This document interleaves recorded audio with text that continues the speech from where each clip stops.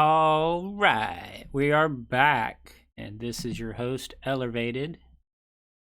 With me, I've got Semi Rare. Let me make sure he's unmuted. No, he'll be here in just a moment.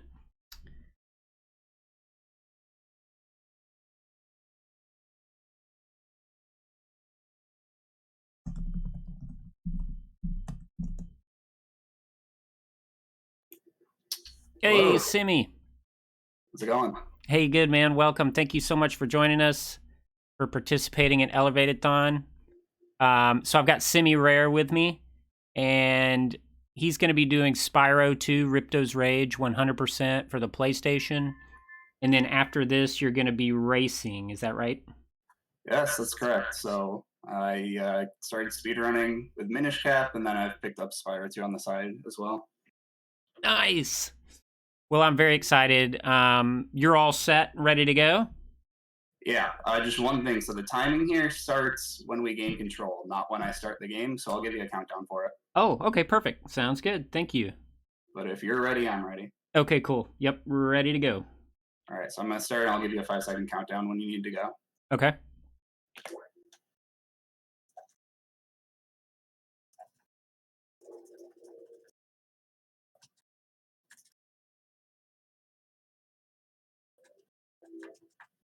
All right, 5, 4, 3, 2, 1, go.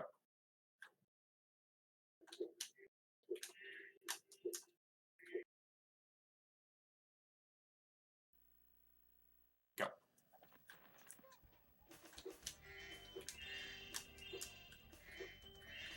All right, hello guys. So this is Spyro 2, 100%. So we're going to be collecting all the gems, all the orbs, and all the level talismans. It's going to be a lot to cover right at the start here. So first off, we've got a glitch known as the double jump. So if you jump and then hit charge from a neutral position, you can actually jump twice, kind of, and gain more height than usual. All right, excuse this bad gameplay here. There we go. So you can hit that guy with a double jump. Normally you would have to hit him with... the guy here gives you a little projectile to shoot at him. But if you double jump, it's a little faster. Right there, if you do a double jump and a flame at the same time, you can get a diagonal jump, or like a diagonal flame angle. So you can use that to hit these lights that you would normally need a super fly for. So we're going to be using that to grab all these lights while we follow this guy around.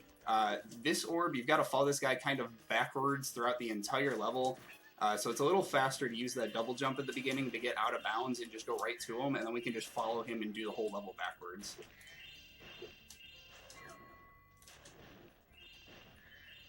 Alright, hit this guy with a double jump flame.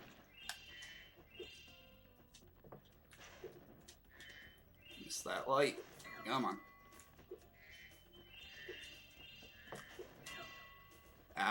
We're a little slow. We gotta tap this light again. There we go.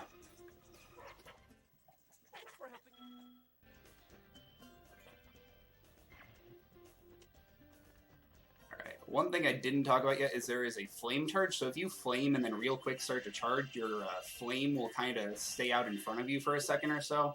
And if you do that near one of the flammable barrels, you can actually have them home in on you.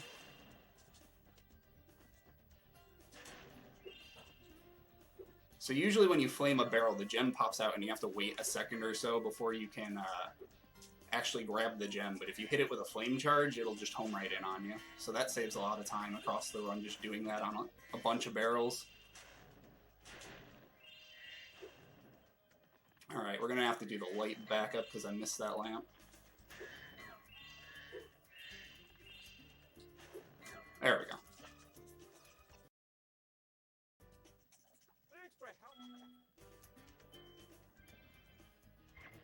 So usually for this guy, you would need climb to get up here, and then you would need to use this fly power-up that would have been there to get all those lanterns. But if we do the flame charge jump, we can just hit them all with that diagonal flame.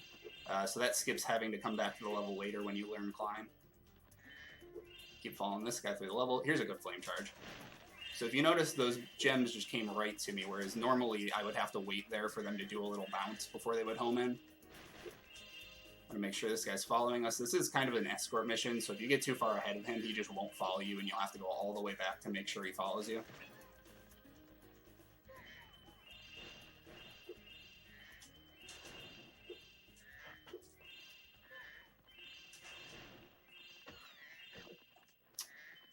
Annoyingly, if you run into a fodder like that, Sparks will go collect... Oh, see? Just talked about it, and then I got hit with it anyway. So I didn't wait long enough for him, and he didn't move on. So I had to go back and make sure he would move along that time. I also see that I missed a gem back here. It's not a great glimmer, but that's okay.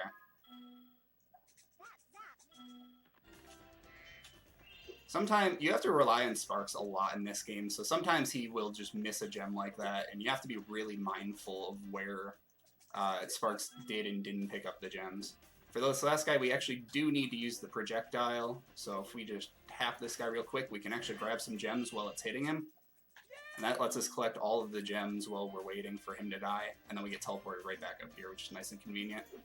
Do another double jump to get on top of here again. And then we can just kind of walk along here to get to the end of the level pretty quickly. Oh, and there's another missed gem, but that's okay.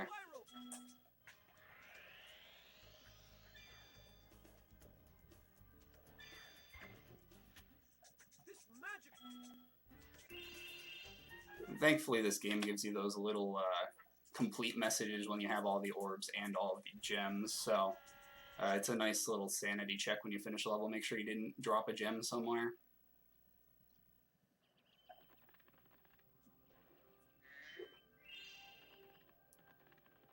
Alright, so in Summer Forest, we're just going to collect some of these gems in the overworld because we want to buy Swim right away. Swim's going to be very useful for a glitch coming up in about 10 minutes. That saves a huge chunk of time in this run. So we need to get that out of the way right away.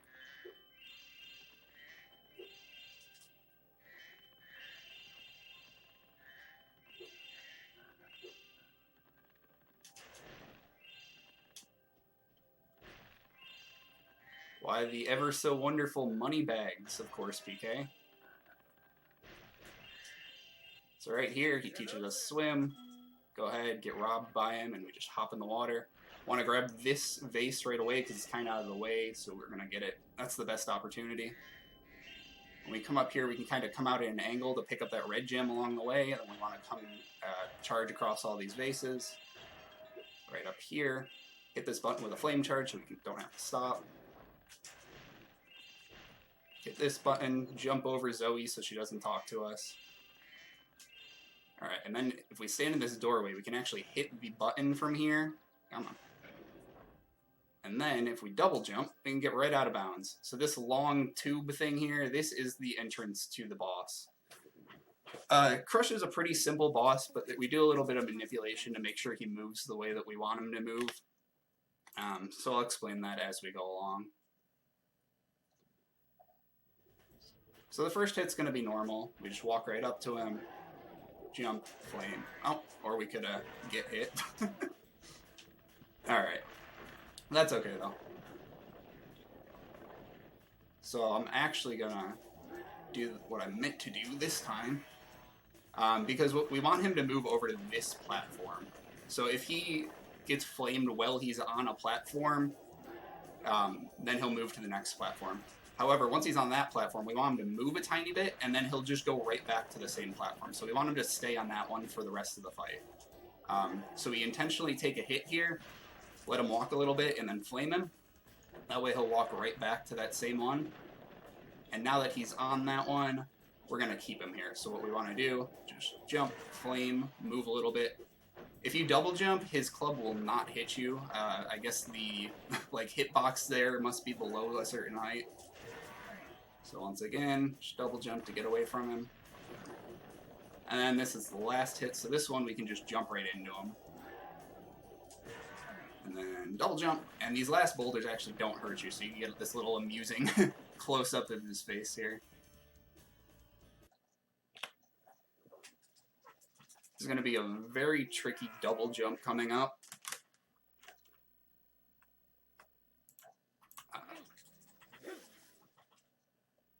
So this is going to be climb skip. So usually the game wants you to buy climb, which is, I believe, 500 gems, but that's just too expensive for us. So we found another way around that.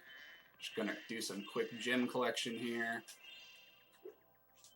So you need a pretty particular camera angle for that, and you need to kind of do a certain glide so that you land on the ledge there. Otherwise, or on the portal. Otherwise, you'll fall down. This double jump's also a little tricky. You need a really good double jump, and you need to let go of square because otherwise you'll just bonk right into it. Right, we can come up here, get on here.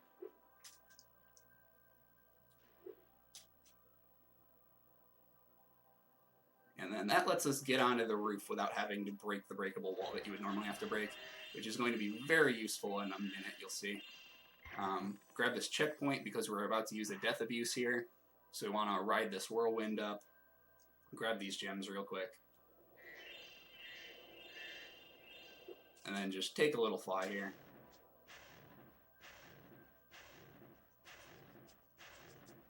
There's an orb over here, and there's also 75 gems. So the easiest time to get it is right now. So what we can do, get the orb, get the gems, and then just die, and we'll go right back to that checkpoint that we just hit. I'm gonna come grab these barrels.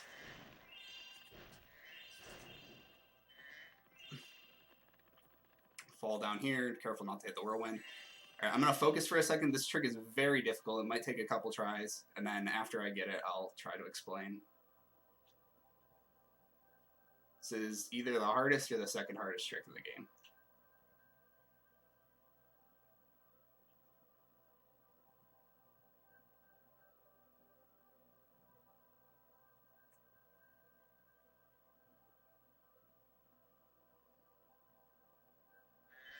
Ah, we didn't get it. That's okay. Just die again. We'll try it again. You need a very particular angle to clip into the wall there, so it might take a couple tries before we see it.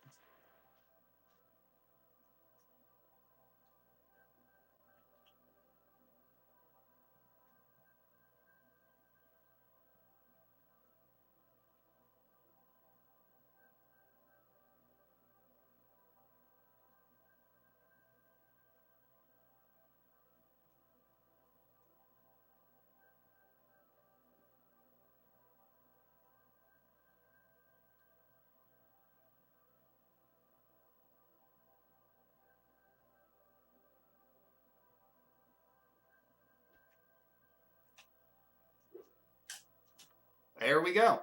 So, if you get a very particular angle there, you can clip into the wall, and then we do what's called a charge glide. So you charge and then glide really quickly, and that's just enough to push you out of bounds, and we can make it right into the boss. Just like with Crush, we go out of bounds, and we go right into his loading zone. Gulp can drop barrels, bombs, or rockets. So the first round, he'll always drop barrels. If you get two in a good position, you can hit him twice before he jumps, so might be able to get it. Nah. If I didn't explode the second barrel with the first one, we could have got it, but that's okay. The first round's pretty tricky to get a double hit on. The second round will always be bombs. You can't get a double hit with bombs, so we're just going to try and hit him as fast as... Or my flame could miss. That's okay, too. There we go. Also, if you jump, you get boosted when he hits the ground, so if you do a double jump, you can gain some ridiculous height here. Also with Gulp, if you just kind of keep running behind him, he won't be able to do anything. They'll just keep turning to try and find you. So while we're waiting for the eggs to drop, we want to just keep running behind him. Rockets are the easiest thing to get a double hit with, so we pick up one rocket in our mouth, walk over to the other rocket, face him, shoot it, pick up the second one, shoot it. And that, anytime you get a double hit, it saves you having to wait for eggs to drop, which takes probably about 10 seconds for a set of eggs to drop. So the more double hits you get, the better.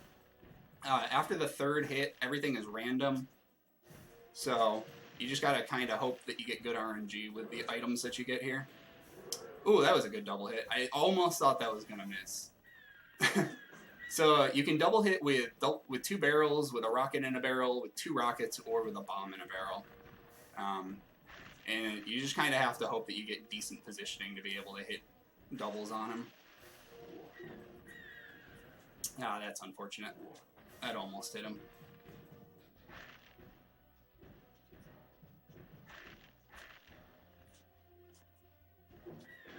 That's not going to be a double. That's okay.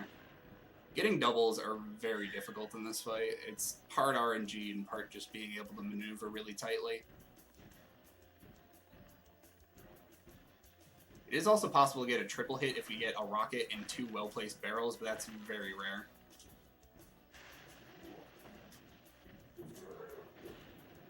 There's another good double.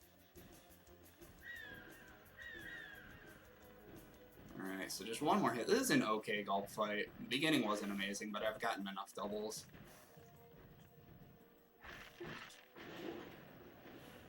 Right. So now we're going to be moving into Winter Tundra, which is the last homeworld. And you might be wondering, you know, this is a 100% run. Why are you just skipping to the end? And in fact, this is actually the same route that any percent uses, except for they don't buy swim. However, there's a couple advantages of coming to Winter Tundra early. And the first one, I'll show off to you in a minute. I'm sure many of you know that Dragon Shores is an area that you unlock after you beat the game, and if you have if you have 100% basically, you can get a fireball. Well, there's a way to use double jump so we can get that fireball and just do the whole game with it. So what I just did there was head bash skip. Usually you would need to head bash a boulder to get into here, but if you do some carefully placed double jumps, you can just go right over the wall there. There's another kind of tricky double jump here. You can just land over on these mountains, and then if we jump out of bounds here, kind of hug this wall over here, come out through here. Now the portals in this game are actually stored underneath if they haven't been loaded yet. So the Dragon Shores portal is right under that giant portal in the middle of the homeworld. So if we go out of bounds and fly under it, we can hit the loading zone. There's a very tricky double jump right here. So this might take a couple tries as well. Oh, we almost had it there. You need a lot of height here. That's not going to do it. There we go. So you need a lot of height, and then you can kind of just clip right through that pillar. If you dive here while you have sparks, the game will freeze, so you have to be very careful to not hit square. You can see the fireball portal right there, so we could do a double jump, and then we just flutter at the end, it'll zap us, we can exit the level, and we now have fireball.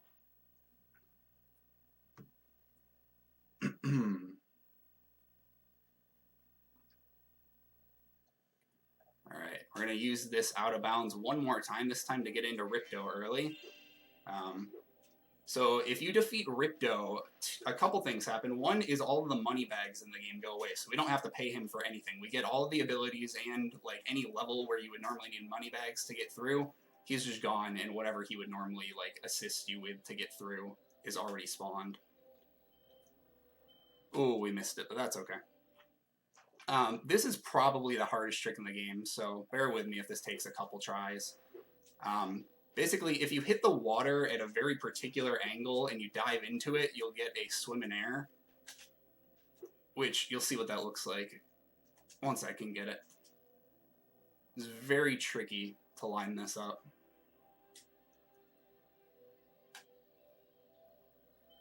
There it is. So now we can just swim through the whole level, and we can use this to go right into Ripto's chamber. Bit of a funny story. So I was just practicing right before I went on stream, and I could not get that trick for the life of me. And then I realized that I had skipped buying swim because I didn't think I needed it.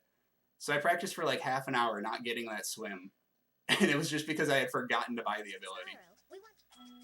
I was getting really worried. I was like, oh no, I'm going to fail this for half an hour on stream. It's going to be so embarrassing. Fireball makes this fight extremely easy. If we shoot backwards there, we can get an early hit on him.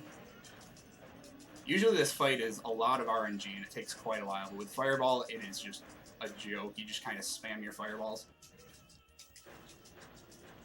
And once again, we got an early hit by doing that aim and like shooting upwards at the end of the second phase. This third phase, we just got to kind of follow him around shooting fireballs.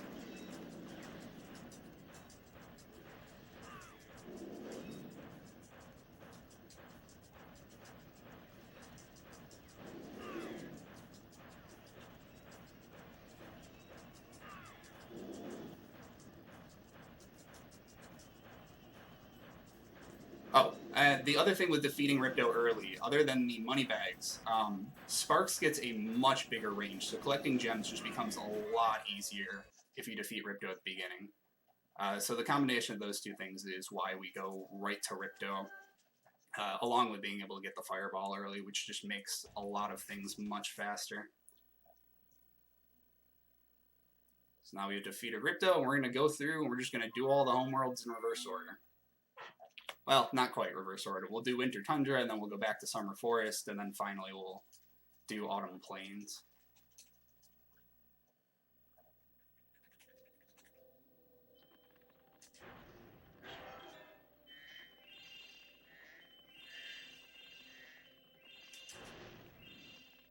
There's a nice little flame charge.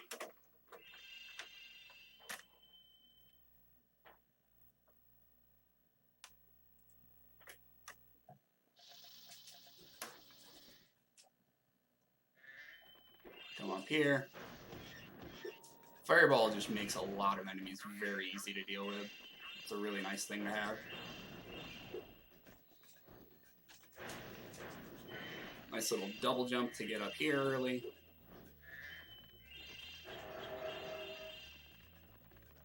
Yeah, I'm sorry. I'll try to fix it in a second.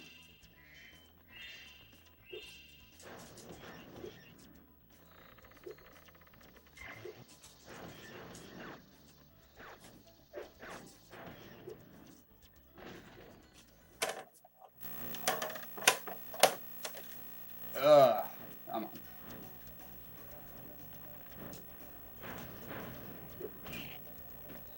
Hopefully that worked.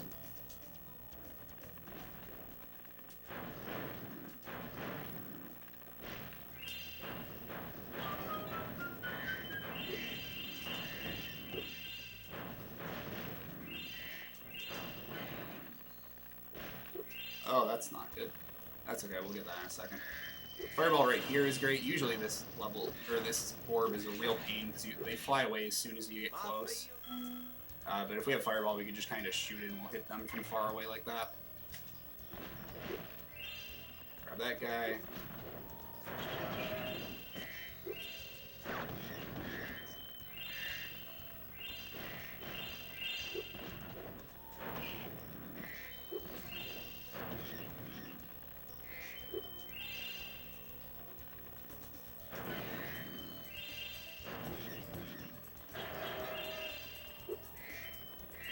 It seems like the display has been fixed now, so that's good.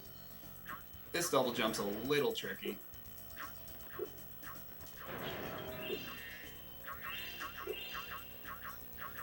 Here we can do a bit of a cutscene skip, so if we hit this mystery jar and we walk over to this guy, we'll get both cutscenes at the same time.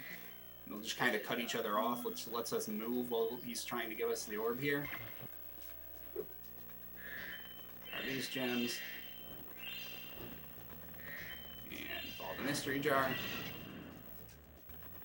We're just going to be following the mystery jar through the level right now. So mystery jars are always at the end of a level, and they kind of work their way backwards. So any level that has one of them, we want to get to the end as fast as possible, and then we'll grab all the things on the way as we work our way backwards. Oops. So usually you can hit start to mash through the mystery jar cutscene, but it doesn't always work, and sometimes you just get a pause, which can be a little annoying. This double jump's a little finicky. Yeah, we'll just use the seesaw, that's okay. So that's a wall glide. If you double jump against a wall and then you start gliding, you can gain some extra height and kind of get pushed up onto the wall, but they're a little tough to do sometimes. You will see a couple of them later in the run as well.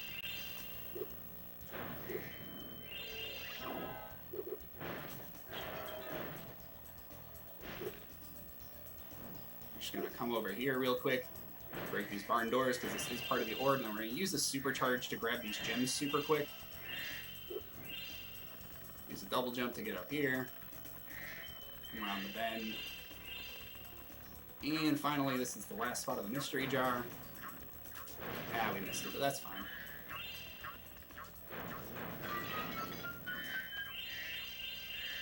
Alright. Get this last thing, and then... Oh! Whoops. Apparently I missed one of the pumpkins, but that's fine. My charge jump didn't hit this. That's whatever. Usually we would hit that pumpkin from the bottom there and we'd get teleported back up here, but we didn't quite get it this time.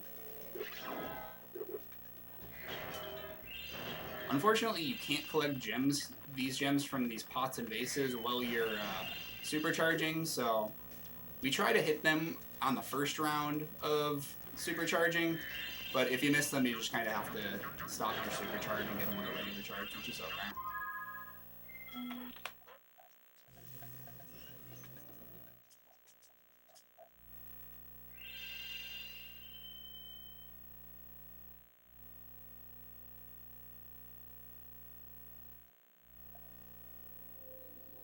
Grab this. Grab these vases real quick. And this will be the last time we go up this nice big staircase, so we gotta make sure we grab all of the gems that are left over on the staircase. But I think I already got them all. Yep. Do some quick gem collection around the top here. And then this is the last time we'll use this... Oh, come on. This mountain out of bounds. So we're gonna use the same trick we did to get in Dragon Shores, except we're gonna be entering Metropolis this time. We come down here, we can get right under the level portal and fly right into the level.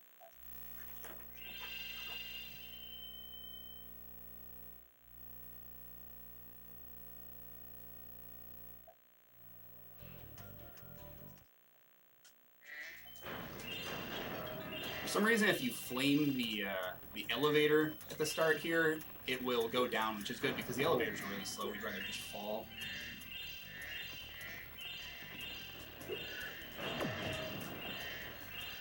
Oh, come on.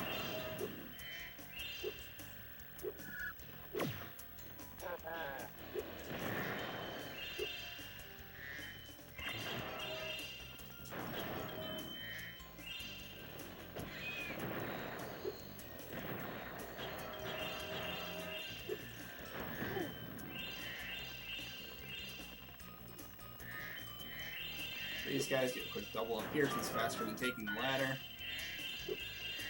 Double to gain some height here so we don't have to take the ladder the whole way. This orb would normally be quite annoying without Fireball, but with Fireball we just walk right into him and keep flaming until he dies. Excellent. Yeah, there's probably going to be a lot of bonks. It's tough to avoid all the bonks in this game. Another cool out of bounds here, we can just kind of flutter, get on top here. We do hit a weird invisible wall here, which flips our camera. It can be quite disorienting.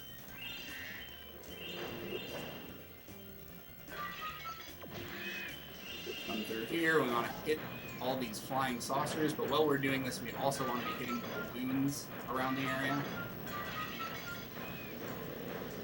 Oh, quite annoyed that that missed. There we go.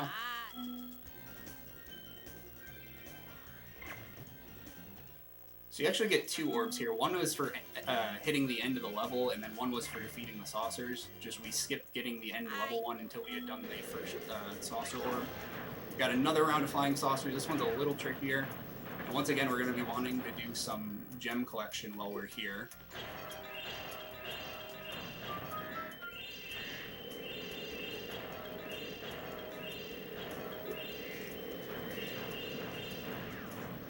Didn't quite get that, unfortunately, but we'll get them later.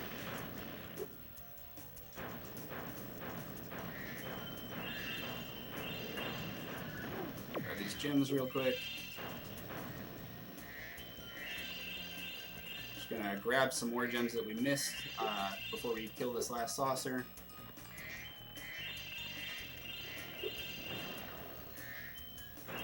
Do want to do this before our super fly runs out, though. And yeah, you can actually just kind of charge into those guys instead of hitting them with Fireball, which is always a little entertaining. So now we just got to do a little bit more gem collection here. Got to get this head bash crate up at the top, which you can actually just use a Fireball instead. Down here. Another head bash crate.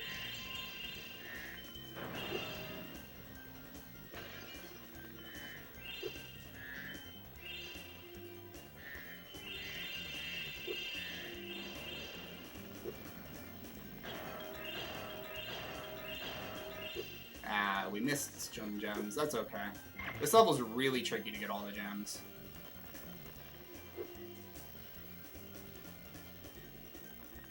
And they're in the previous area, so we're going to want to come back down here. This is probably the level where I miss gems the most often.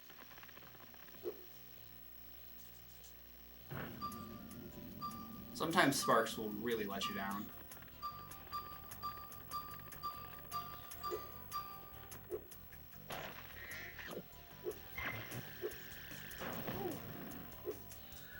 Wow, all the way to the beginning of the level. Well, that's unfortunate, but... Like I said, sparks really let us down on that level. I had obviously ran past both of those areas, but you have to be very careful and pay attention to what sparks is bringing in towards you.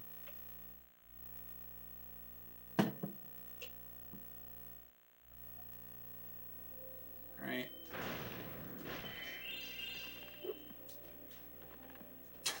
Long percent, let's go. Grab these guys. Come up here real quick. There's one more nice double jump we can use here. Get up on here, and we can come to this underwater section, which brings us to an orb. Just real quick, grab that orb, grab this gem down here, and enter the speedway. So speedways have 400 gems that you get for defeating all of the objectives in the speedway, and then there's also a hidden orb challenge in every one. So we always do the time attack first, which we just have to go around and hit all the things on the course here. Missed a sheep, but that's okay, or a ram rather. Again, when we come back here, because we do cross that section twice.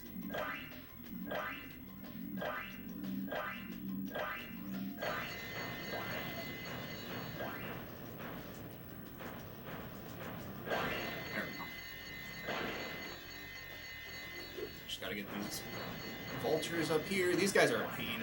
They fly in a circle and they're a little picky with their hitboxes sometimes. That was actually very good RNG. Almost one-cycled them. Oh, this guy's just avoiding me pretty well. Right, so that's all of the 400 gems, and then we gotta go find the hidden orb, so that will be over this way. Running is a little bit faster than flying when you're in speedways, because you always get this super run. Alright, come over here, bonk the wall to stop running, and talk to Hunter. Get ready for the pew-pews here. This gun just makes a really pleasant noise on your ears. Alright, I'll spare you guys, I won't shoot the whole time.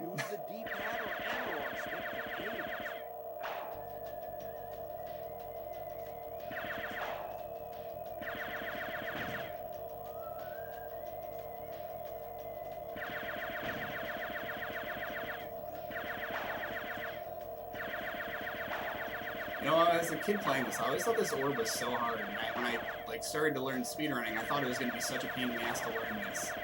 And then I just did it first try, and I was like, oh wow, that's actually really easy.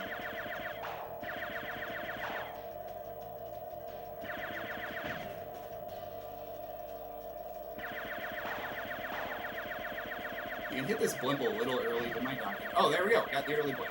Cool. Same with that balloon. We got both early. So usually you would wrap around here and hit this balloon right now, but sometimes you can hit her. It's a little hard to get a shot, though.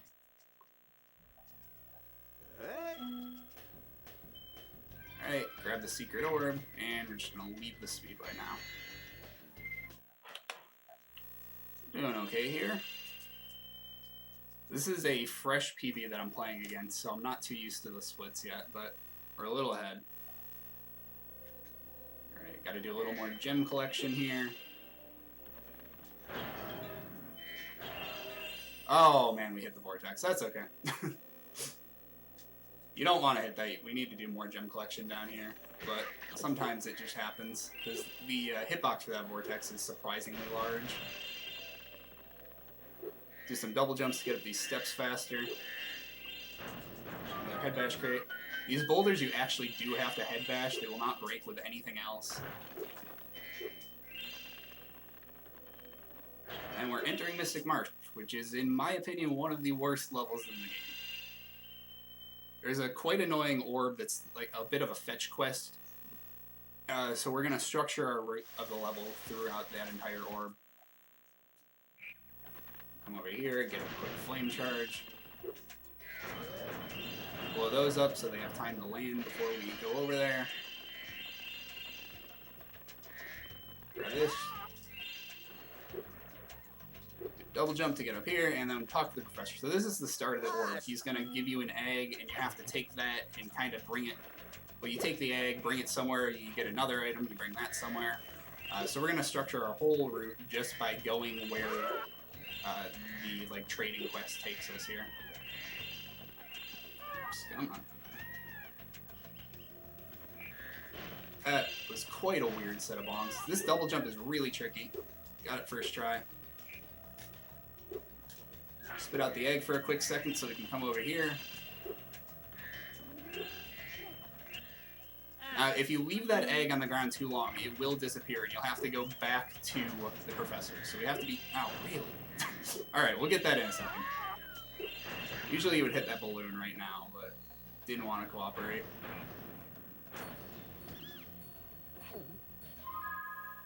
So these thieves, every time you hit one of them, you kind of can't move for a quick second. But if you pause, you regain control faster. Come over here. Sorry that my capture card's kind of doing some weird stuff. Not quite sure what's going on there. Try to fix it again in a second. Oh, not quite.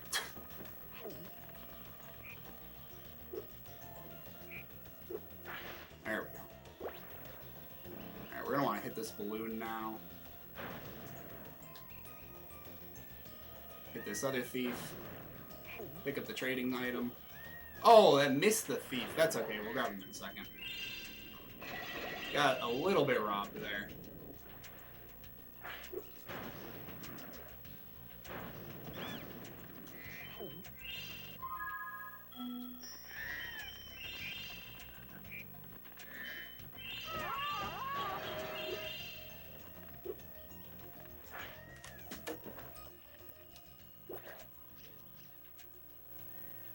Oh man, come on.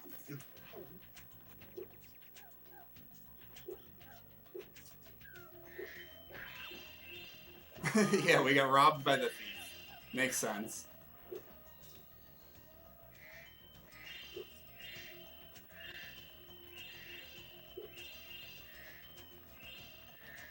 Alright, spit out this toy duck over there. The real ducks want it for whatever reason. Unless they think it's their child or something. Oh, that's okay. We missed a gem up there. We'll have to grab it in a second.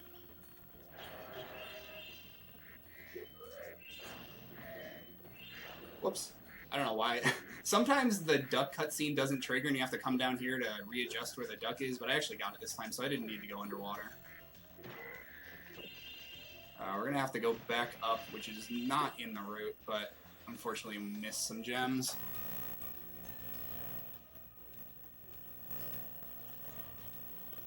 Alright, really sorry about the capture issues here. I don't know what's going on. It was fine yesterday.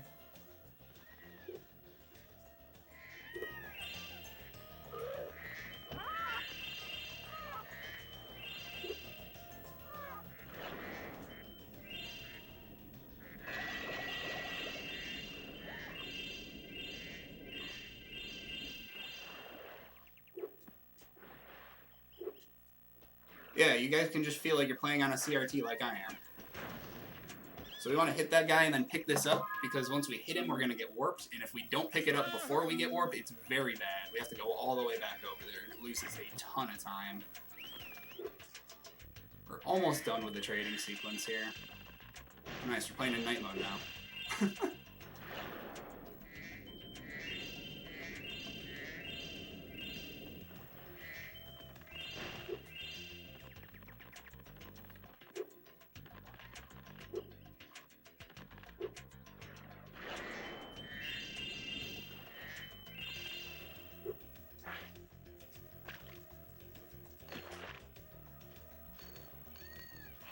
So as you can tell, this trading sequence takes forever, and that's why we have to do the entire level based around where the sequence wants us to go.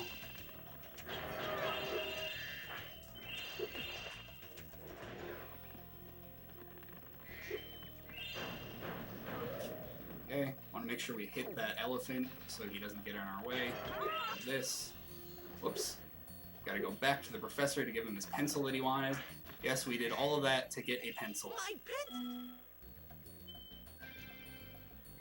I think we might have missed a gem. That's okay. It happens. So luckily Sparks will always point you to missing gems. Oh! Is it the balloon? I bet it's the balloon. Oh, no, it's right there. Okay. Grab that guy, and we're done. Like I said, the level complete messages are very nice, because otherwise you'd have to manually check, or you just have to be confident, and like, I would have lost a lot of time if I had thought that I completed the level there, and then I left the level and I was really missing a gem. Get an orb from this guy. Do some gem collection over here. This flame charge.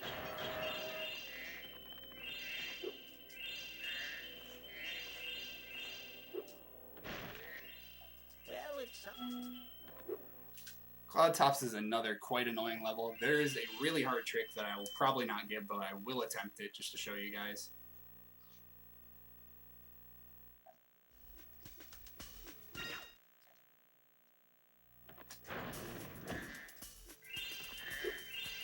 Alright, so we gotta hit that guy to make these platforms come up, and then we use the opportunity to grab a gem while the cutscene was starting.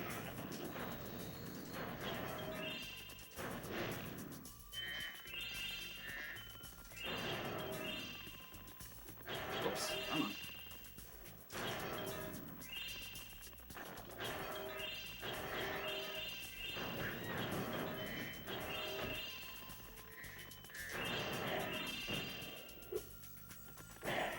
Oh, what? Okay, that's a new one.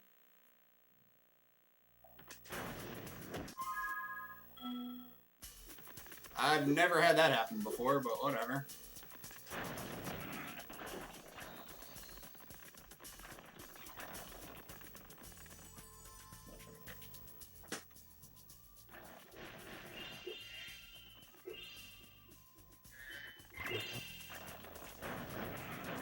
You can do this area without killing this guy, but the camera gets really weird and I don't like doing it.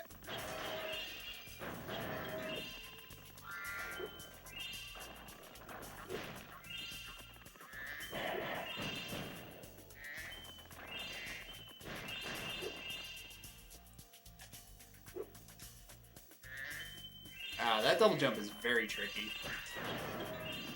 So if we miss it, we just use the opportunity to collect these gems right now instead of later.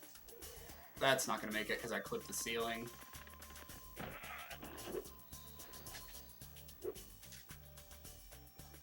Okay, there we go. Gotta hit these bells. Usually you would need to activate this power-up, and then that gives you Ice Breath, and there's invisible... Well, they're not invisible, I suppose, when you're actually doing the challenge, but they are right now. There's some enemies there that you would usually freeze and use the ice block to get up there, but since we have the fireball, we can just shoot it from far away. Real quick, activate this rocket, which we did not.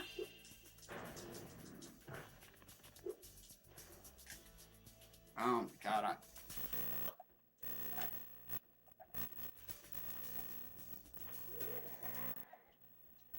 well, sorry guys.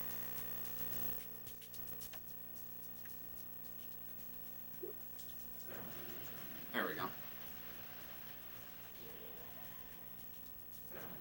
This bell you can hit through the corner here. Thanks, Spyro. And these doors only have collision from one way, so you can just go right through them from the back. Hit this guy, we get a nice free teleport up here. Alright, this next part is really tricky. Very likely I won't get it, but I will try. So what we want to do here is we want to hit this guy, and then real quick come down to Agent 9. Or Agent 0, sorry. And we did not quite get it. What we wanted to happen there was to get warped to the end of the level, but you have to be very quick to do it, so we're just going to go to the end of the level right now instead. We're going to get caught on purpose.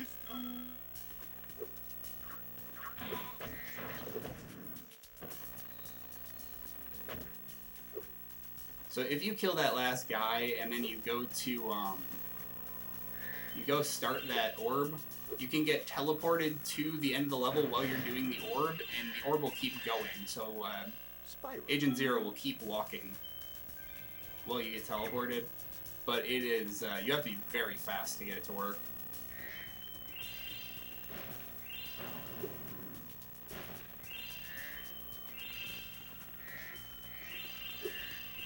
Now we can go and do his orb. So the idea here is you don't want to get caught by him, so you just kind of follow him, hide behind the trees. The game also takes control of your cameras at points during this, which is really annoying, and you just have to get used to it. We also want to grab all the gems while we're doing the orb, so we don't have to do any backtracking.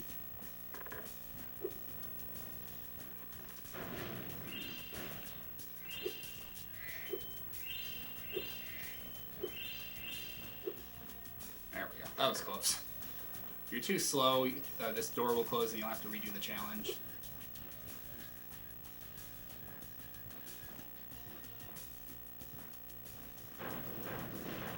Break some of these while we're waiting for him.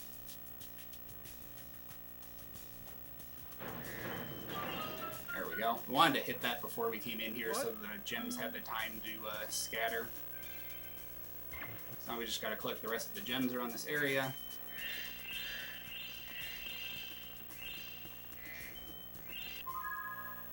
And out we go. Alright, so that's all of Winter Tundra. We're gonna be making our way over to Summer Forest now.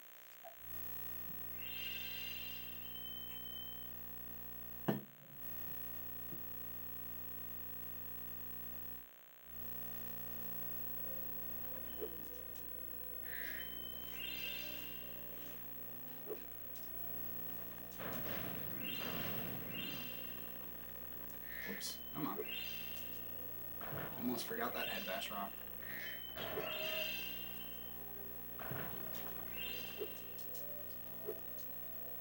So you can't head bash while you're charge jumping, which is kind of annoying. So if you forget to transition your charge jump into a glide, then you'll just kind of flop when you go for the head bash.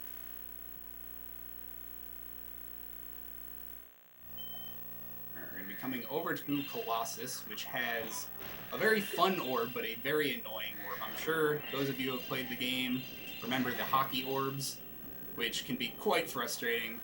There's a pretty cool strat for them. I'm not amazing at it, but hopefully I can show it off at least once or twice.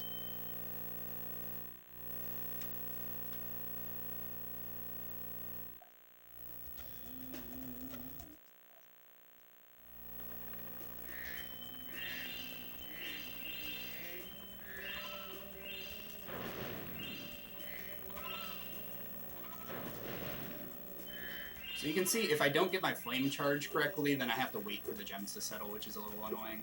I'm going to try to get a cool skip here. I didn't quite get it. That's okay. There's a little patch there where you can go right through that statue, so you don't have to wait for this guy to open the door, but we didn't quite hit it there.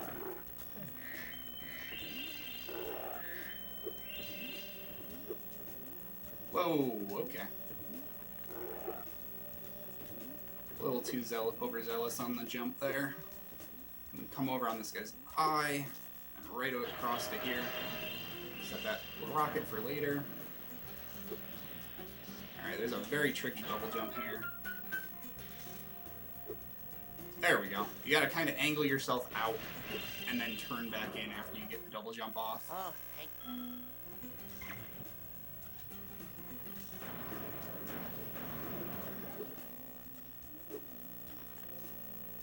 Fall right into here. That roof is not solid. Collect the gems from the top here.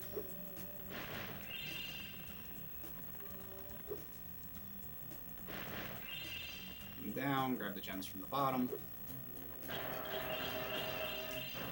We also have to hit all these statues as we're going.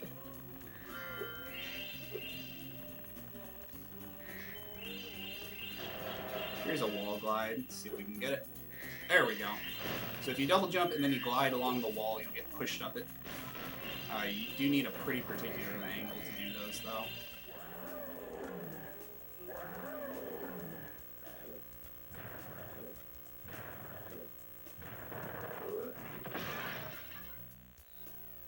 Alright, so this guy's gonna give us the level talisman.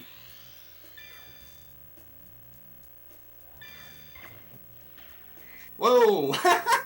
Okay, we didn't want to do that, obviously.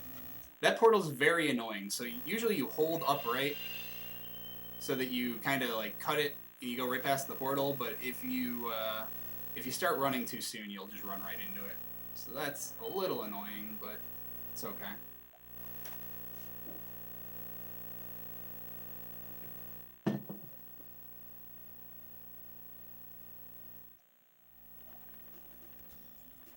Try to see if we can do nose skip this time. Ah, not quite. Oh well.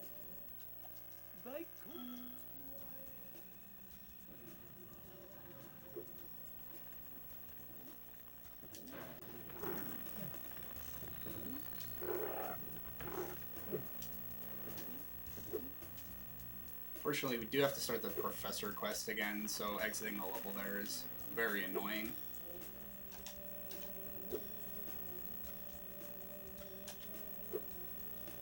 Come on. Like I said, this is a very difficult double jump. Alright, we're just gonna go the other way here. You can actually just come up right here.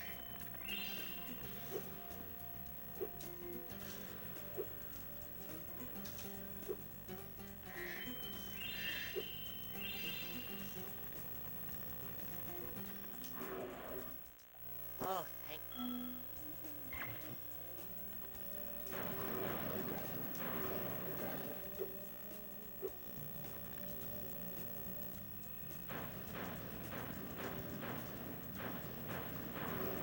And that statue did not want to get hit. At least we have the vortex this time. We don't need to do the wall glide.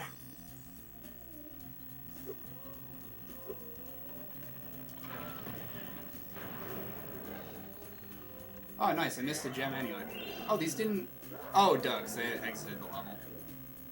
So I didn't go right to get them. Yeah, the camera will do some weird things when you go out of bounds.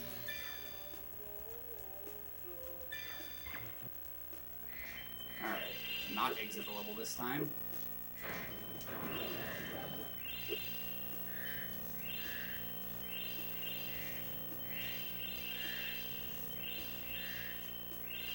And now we'll do the infamous hockey orbs.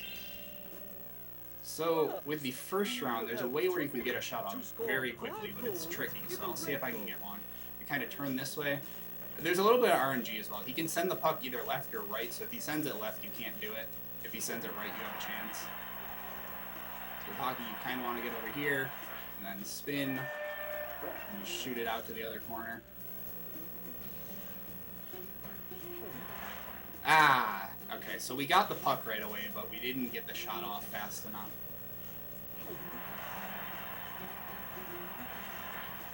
Oh, that's not going. Oh, it did.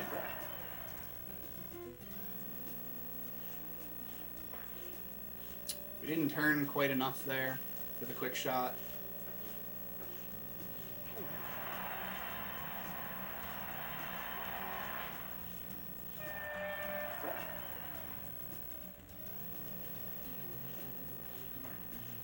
That was RNG.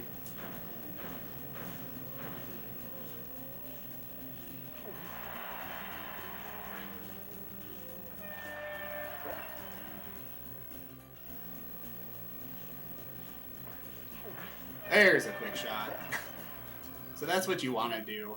Ideally, you would do that for all of them, but it is very tough to pull off.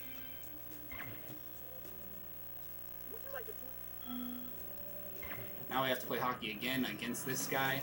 I actually find this round to be a little easier. Once again, there is a little bit of RNG, so if we go right off the bat... Oh, it's really bad when it gets on here, because the game just doesn't want to pick up the puck sometimes. Oh, if you saw that, the guy actually reset the puck. He tossed it back in.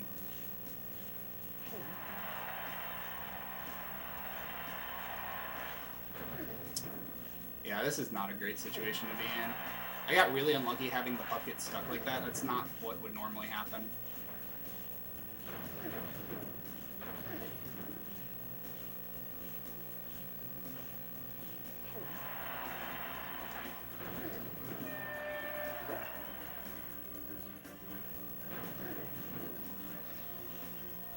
Oh, we got. Oh no, there we go. There's the good RNG, but I missed it. So if you turn right there, you can get the puck pretty much right away, but you do have to position yourself a little carefully. Hockey is a very difficult orb.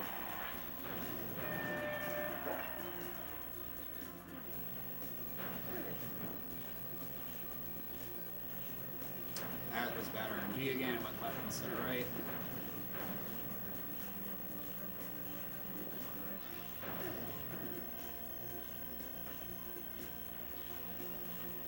The game doesn't want to pick up the hockey puck. Jeez, man. Getting some weird things in this hockey.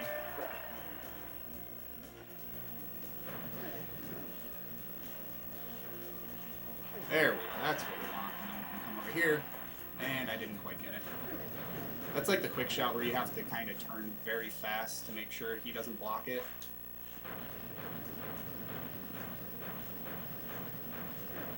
Oh man, we got scored on. That doesn't usually happen. It's just a little bit of RNG if when the guy gets the puck, if he's going to score or not.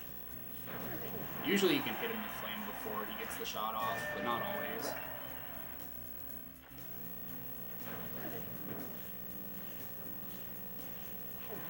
Right. There we go. That's the intended strategy.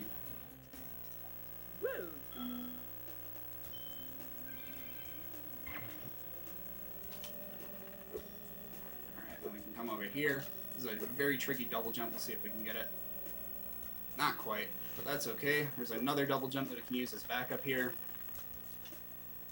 Get on this statue, and then you need a very precise angle and a good double jump to get out of the wall there.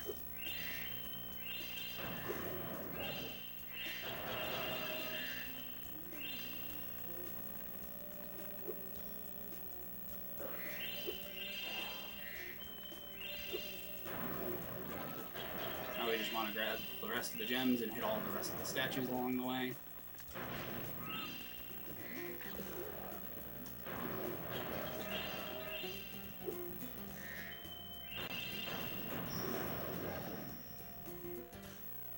Well done.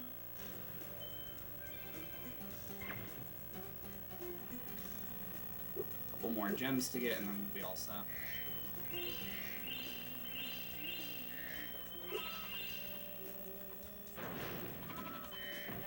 I feel like we might have just missed the gem at the top, but it's easy enough to get back there if we did.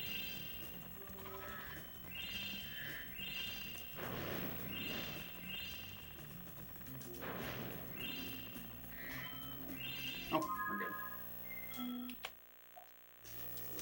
Alright, so Colossus is one of the worst levels in my opinion because the hockey orbs are very tough to pull off, and it's just got some weird collection across the whole level. We're making our way over to Idle Springs now.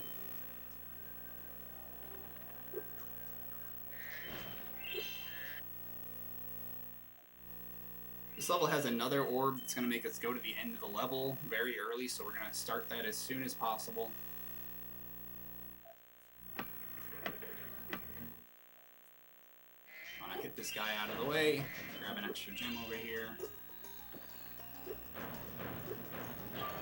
we go. Want to hit that so that the gems have time to spread out before we actually get over there. Oops. Water in this game will drop your jump inputs really often, so it's quite annoying trying to jump when you're in the water. You have to be very careful. You pretty much have to stop all movement before you go for a jump input.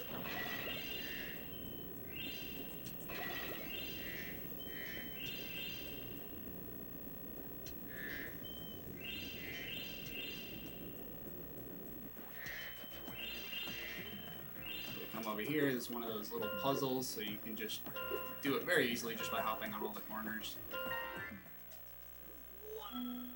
Then he wants us to go help him over in the main area, so we're going to make our way back over here.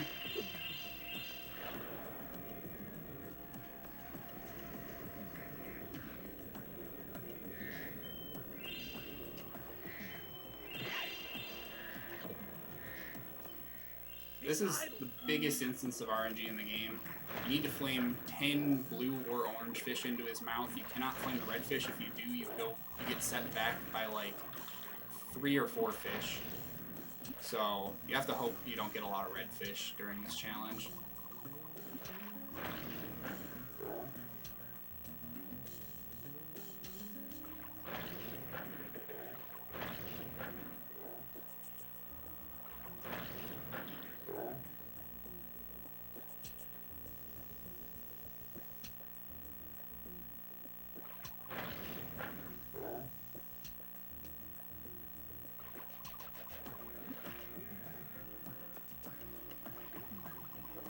Yeah, we're getting trolled a little bit here. Yeah, it's 4 in a row now. 5. 6. Yeah, that is terrible RNG. Oh, and that one bounced out. Come on, mate. Oh, no, no, that's a red fish. I got robbed. Of course the 2 orange bounce out, but the red goes in.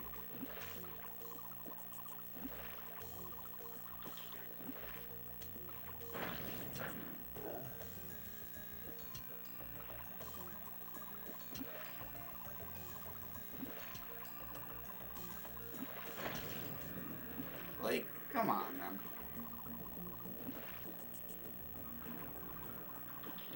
Honestly, don't know what causes them to bounce out because it seems like I'm hitting them at the same time, but sometimes you just get a bounce.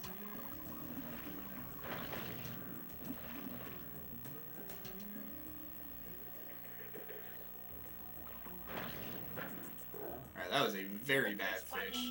Not much you can do if the game just wants to do that to you.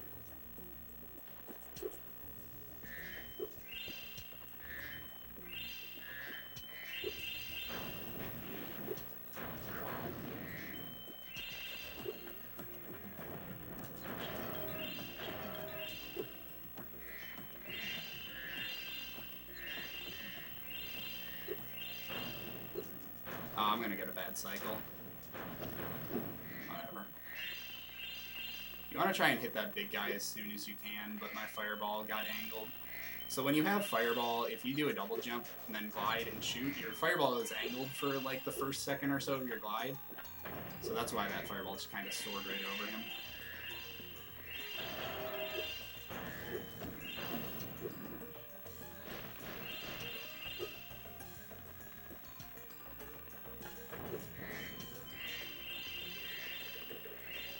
This is the last task that we need to do for this orb, so this guy just wants us to hit these buttons in a certain order.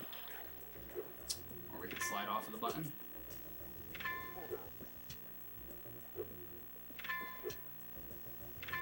Alright, and then this last one, we want to hit it and then real quick charge over here and grab these gems.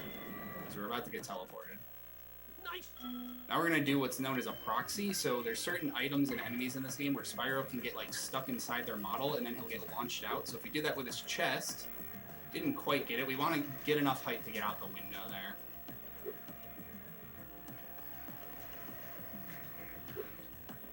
It's a little tricky to get the proper height here. There we go. Oh, but we're going to just miss. Oh well.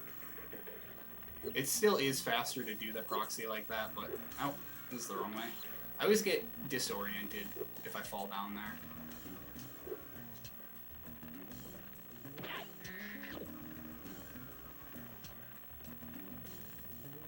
So because we fell, we can do a little double jump to get over here without having to kill that guy. We're actually just going to grab these gems right now instead of after the end, or after the top gem collection.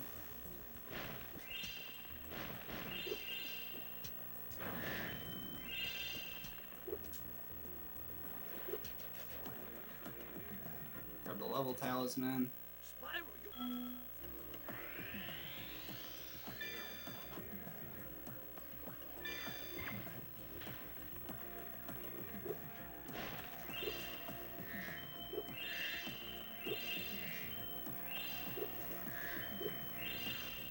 Alright, we gotta charge through...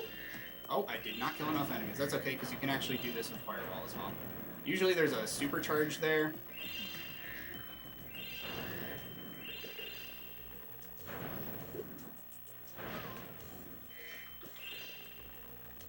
just supercharge through these totems, but if you have Fireball, that works as well.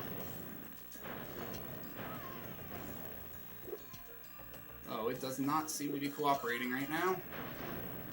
The respawns on these guys doesn't make a lot of sense. Like, it's just not consistent at all.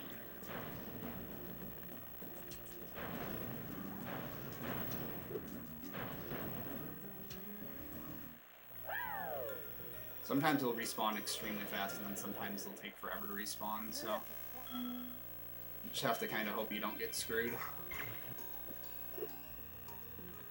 Alright, we just gotta collect the rest of the gems from the top here, and then we'll be out of this level.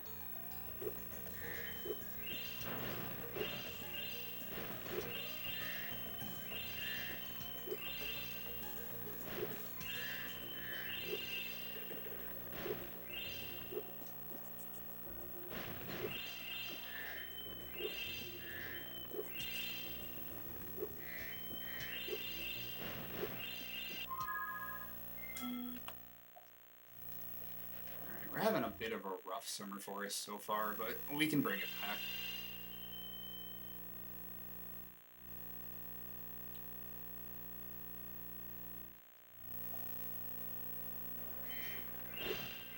So there's an orb here where Hunter wants to teach us how to jump, and we have to follow him around.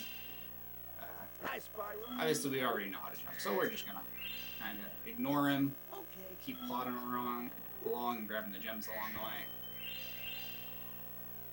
Nice. You have to be a little careful, because if Hunter jumps into you, he can knock you down, and then you have to redo the whole thing. But we're okay now. Very.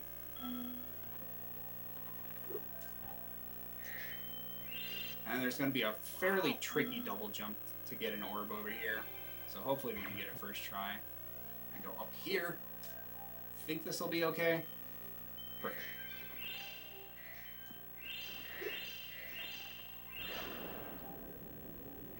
So we're doing this backwards. Normally the game wants you to go to the beginning of Summer Forest and swim down here to go get that orb, but a little easier for us to just do that double jumping rather than. Alright, we're gonna remember swim in air from Ripto. We're gonna do another version of it right here. Don't ask me why that works, I have no idea, but it's very useful. Once we're swimming in air, we can go all over the place out of bounds, so we're gonna use this swim to come collect a couple orbs that would normally be a little tedious.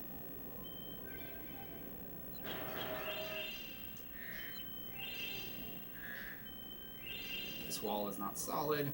Use it to come grab this orb. Just collect all the gems around the top here. And one more time we're going to enter a level by going below its portal. So right here is Ocean Speedway. Normally we would have to talk to Allura and have her open the portal, but it's faster for us to just use that swim and go right in like that. This is the only portal... the only speedway where I'm going to do it in the intended order, just because the speedrunning strat for this speedway is incredibly difficult, and I'm just not capable of it, so take the safe strategy.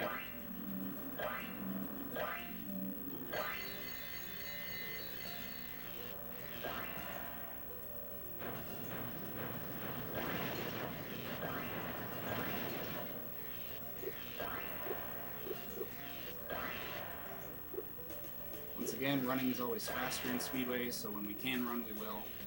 You can actually run on these platforms a little bit also.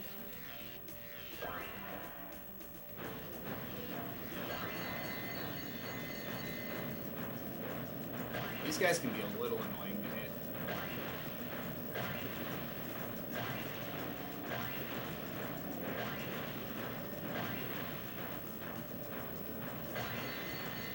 There we go. And just real quick, come up to the track and finish off the rest of the cart guys. It's a little unfortunate that we missed that guy. We're going to have to do a full cycle of the track.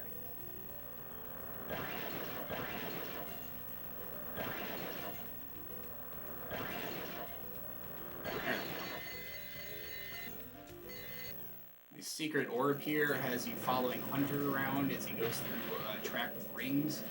There is a strategy where you can do some rings out of order, but it's very difficult, and if you mess it up, you have to redo the whole challenge, so I'm going to take it safe here, and I'm just going to follow him along the intended route.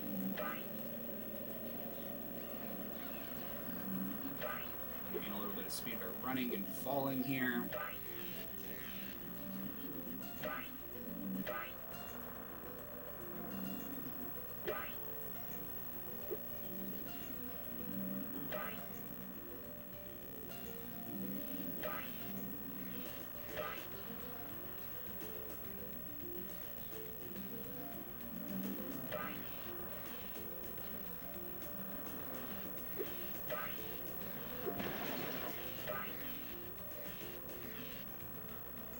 Tries to fake you out here with his lower ring.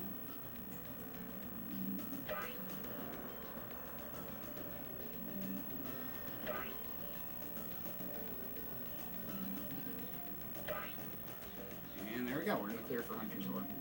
This is the hardest orb in the speedways, in my opinion. All the other ones are pretty simple.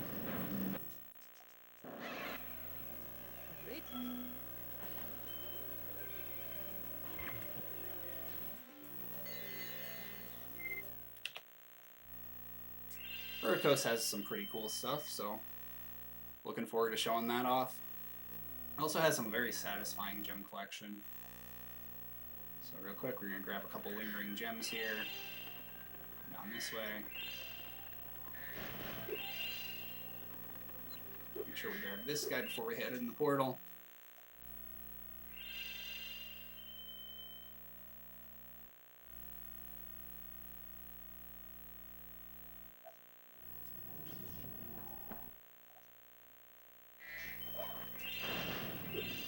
We can come up here with a nice double jump at the beginning, grab all these gems right now. These enemies are some of the most annoying in the game, in my opinion. They are extremely accurate, so I try to take them out when I can. Like, they will just hit you when you're never expecting them to be able to. Alright, there's a pretty tricky double jump that we need to pull off in a second here. One of the harder ones in the run. Not this one. Right here. That's looking good. Nice. So we can get up here. And one more double jump. This one's not too bad. And we can come right over to this guy. Normally we'd have to do a series of platforming. But we can just do some double jumps and right over to him here. The next one. Remember to press triangle when you are very close to the windmill. Another double jump to get on top here. We could just fall right through here to hit this button, which will give us another orb. Thanks for shutting.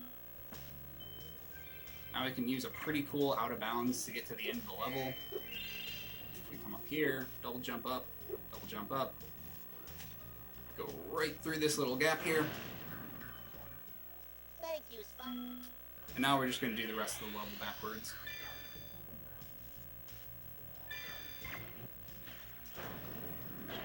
I'm really surprised that flame didn't break those faces. That's quite strange. It's like near impossible to avoid getting hit by that guy. So usually, if you're not doing 100%, and you have the regular flame breath, you can use the flame breath and it'll go right through the electric wall there. But for whatever reason, the fireballs don't work like that. Oh, and also, yeah, the flame walls only have collision from one way, so you can walk right through them from the other side like they're not even there.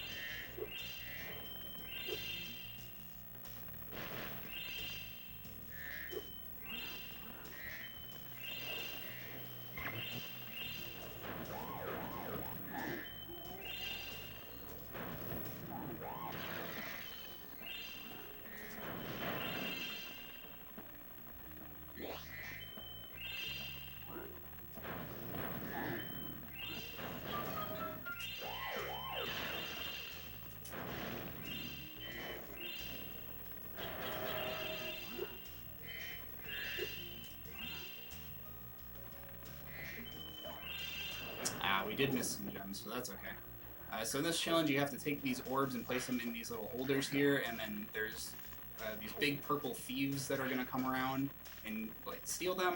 So you have to follow them around and kill them all, and then make sure all of the orbs are in the holders at the end. And they can be very picky with if they want to sit in their holder or not. So you have to be careful with how you spit them out, because sometimes they'll just bounce right off the wall and you'll have to redo it.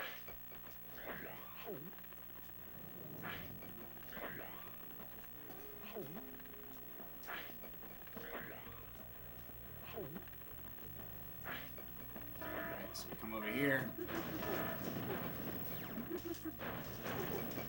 That was pretty good. So that's the first set of thieves.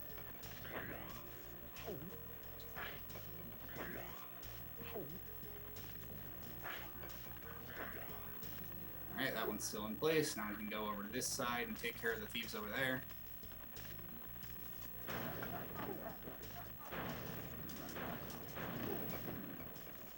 One guy hiding out in the corner here. And another one's going to show up as soon as we place an orb here.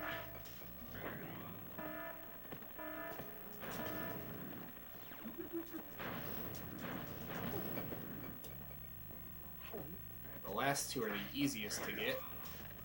We just gotta replace these orbs first, and then we'll grab the last two guys.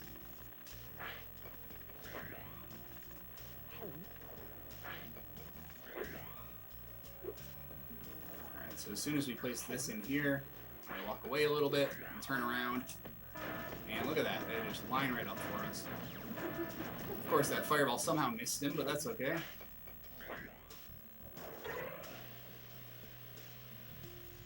Could have been a pretty big gold if we didn't miss some gems earlier in the level, but that's fine. Sparks will point to where gems are for you, so it's not too hard to track them down.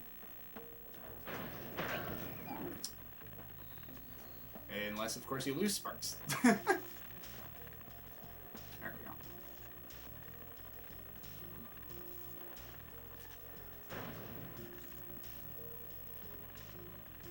Ah, one of those didn't collect. Oh man, we missed 2 sets.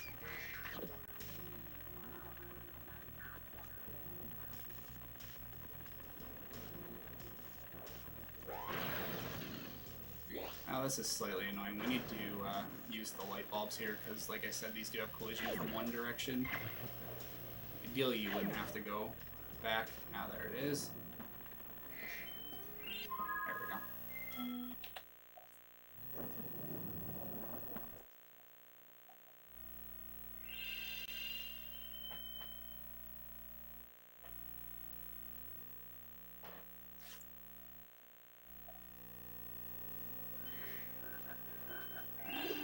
go. Sparks was slacking a bit on that gem. Sunny Beach is a pretty satisfying level. It's nice and quick. The movement is just really fluid here.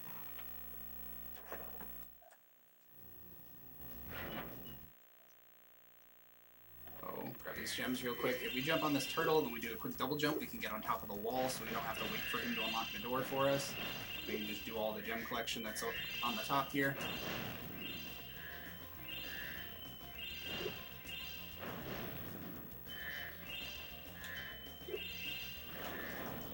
So this level, there's crates of turtles that you have to free, so there's 7 in total, so we're going to be hitting those along the way. Whoa, hold on.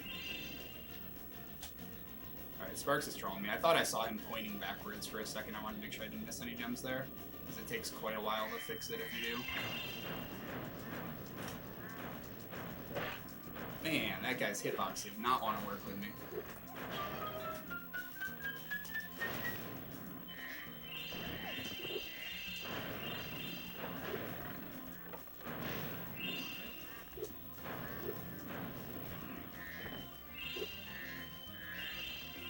Grab all these.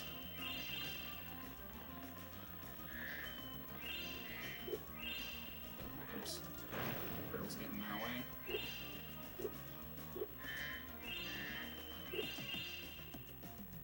Ah, that's annoying. Sometimes you flop against ladders if you glide into them. Not exactly sure why.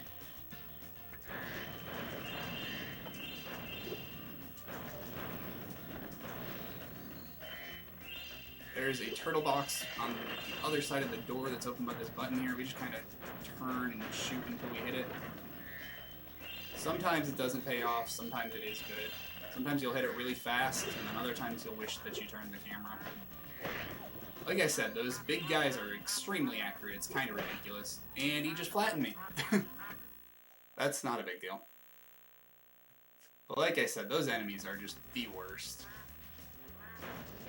I can actually show off the different double jumps since I died here. Oh, I have to redo the turtles.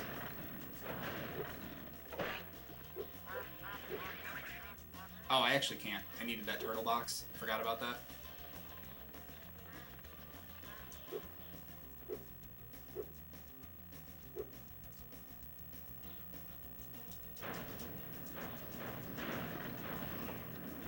They also have very weird hitboxes where it'll seem like you're hitting them, and for some reason they won't take damage.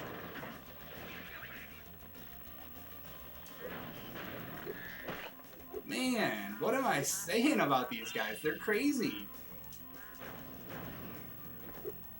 Like, they've got to be the most accurate enemies in any video game. They're nuts. I have to do Sparksless Gem Collection, which is not fun. Or we can grab the starfish.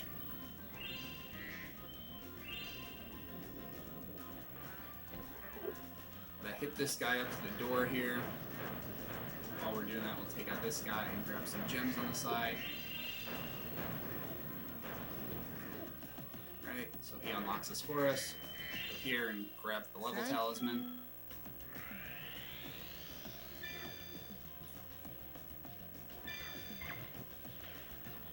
Whoa, whoops.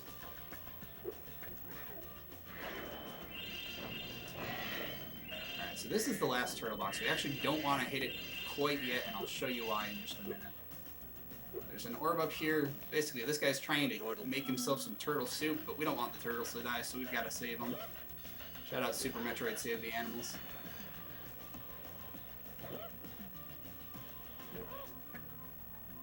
We can just kind of headbutt them into the water there so they don't end up in the pot. For whatever reason, the turtles want to walk directly into the pot of boiling water. Don't ask me why.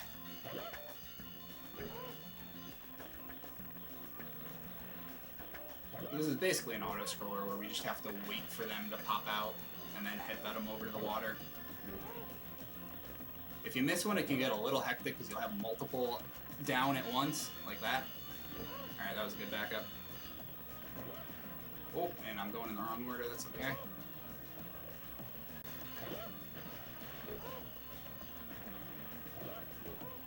Whoops. I hit him while I was trying to get into place. There we go. Should be good.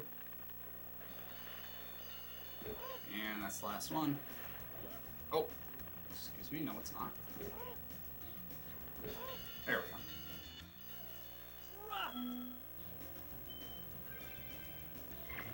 Alright, now, some gems here. With the fireball, if you kind of swim into a wall and shoot, you can go through the wall, and we can use that, come on, to break the last turtle box, which warps us over to this guy to get the orb. So that's why we left that turtle box behind for a little bit.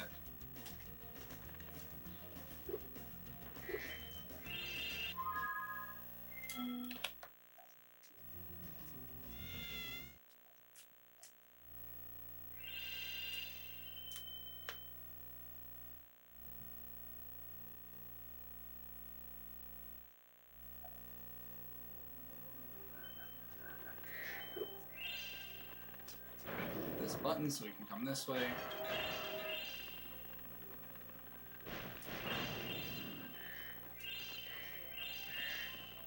Make sure we don't miss any of these gems because we will be crying if we do.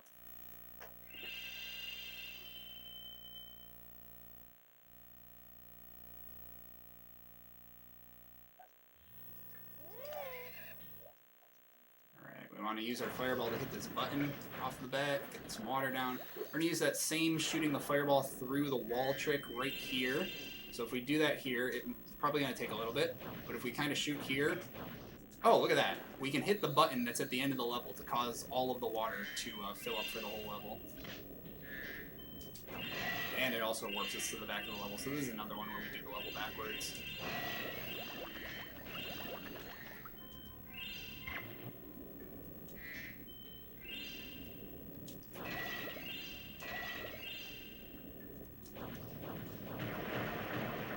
These sharks will one-hit you, so you want to make sure you kill them before you get too close.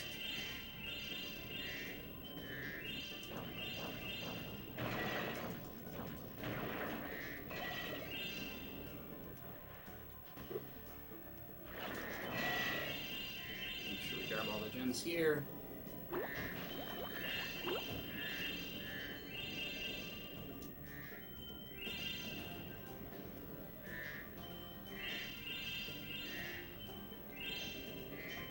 And once we go down a water level here, you can see it looks like Spyro started swimming again, so the water has actually gone down.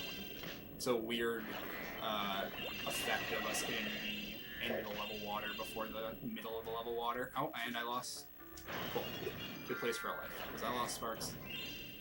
And you didn't pick up a gem because of it. Alright, right here we want to kill a couple of these sharks first. We can just dive right down here, pick this up.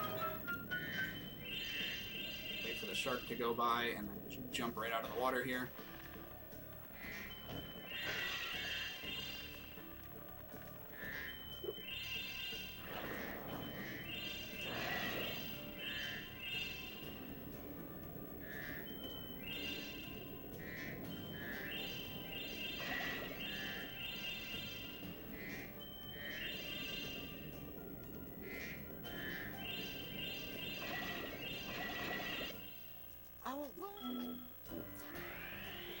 Okay, there's one more area to this level. And there's going to be a pretty cool trick coming up. So if we come out the top here, if you just swim diagonally into the ground here. There we go. Oh, hold on. Spyro's turning on me. Come on. Alright. If we just hold this angle for a while, we just keep getting a little further out of bounds every second. And eventually we're just going to be able to go past where the floor extends to, and we can just get fully out of bounds here. So once we're fully out of bounds, we're going to swim right into this tower. Usually you would have to go through 7 of these towers, but if we go out of bounds and go right to the 7th tower, we could just get the orb without having to do any of the other ones.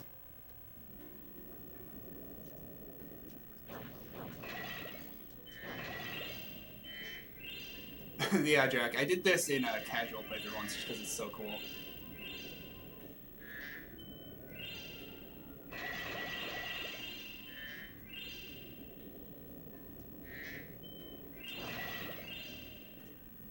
This vase is trolling me. Come on. Talk to Hunter. We gotta lead his seahorse through a couple rings.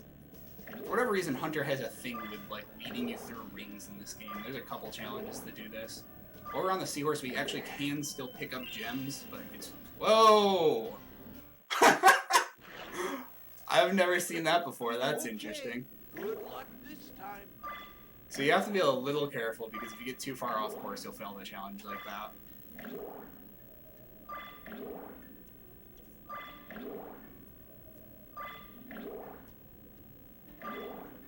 But like right here, I'm gonna pick up some gems first. Well done.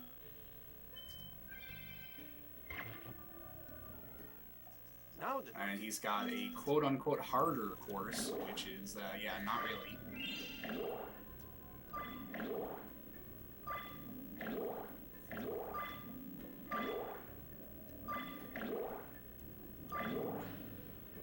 So we didn't get all the gems while we were riding the Manta Ray, unfortunately, but that's okay.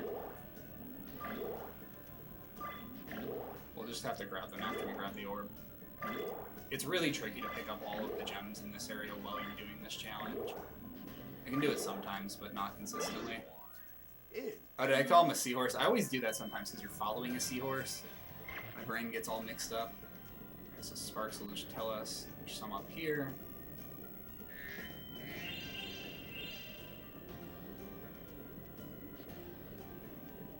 And this is a really common place to miss gems because it's a little tricky to get them.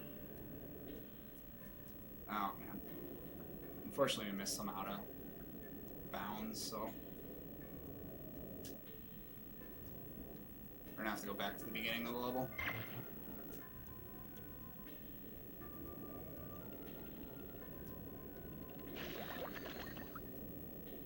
Ah, Sparks did me again. There's actually 2 greens there, so for Sparks to pick up one of them and not both of them is really unlucky. Yeah, Jack, I remember the second Manticores being really difficult when I first started, or like when I was playing casually, and it's actually super easy if you take the time to just learn where the things are going to be. I'm going to make sure we get the Summer Forest clear message before we leave here, or else we're going to waste a ton of time, and we didn't, so good thing we didn't leave. What are we missing here? Oh, Sparks, why are you doing this to me today? Yeah, so unfortunately you do have to rely on Sparks a lot in this run, and he can do some dumb things sometimes. If I had ran into the portal to go to Autumn Plains without having completion, that's a huge time loss. It's like a full minute, so you have to load the area, and then you have to load Summer Forest again, and Autumn Plains again when you return to it.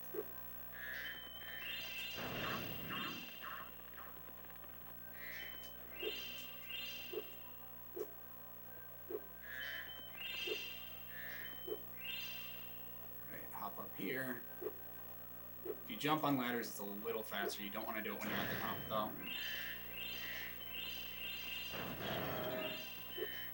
Scorch is another level with an orb that makes us work our way back through the level. So again, we're going to rush to the end, and we're going to do the orb and collect gems along the way.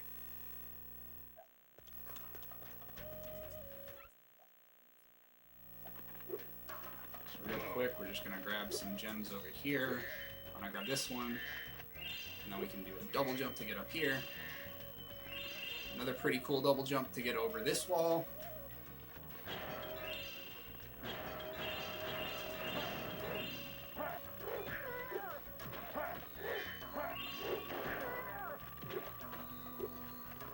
And talk to this guy to start the orb. My sister.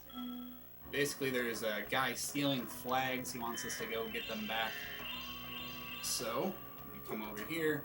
Ooh, nice. That double jump is a little tricky. I'm glad I got it first try. Whoops. Come on, man.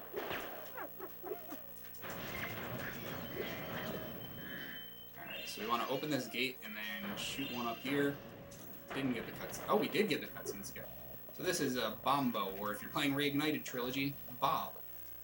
Basically, we want to follow him back to the end of the level, and he's going to be tossing bombs at us. It's kind of annoying to avoid bombs sometimes if he throws them in a bad spot, so we have to be very careful here. Otherwise, we have to redo the part of the challenge. Luckily, we can do a double jump to skip a large part of this.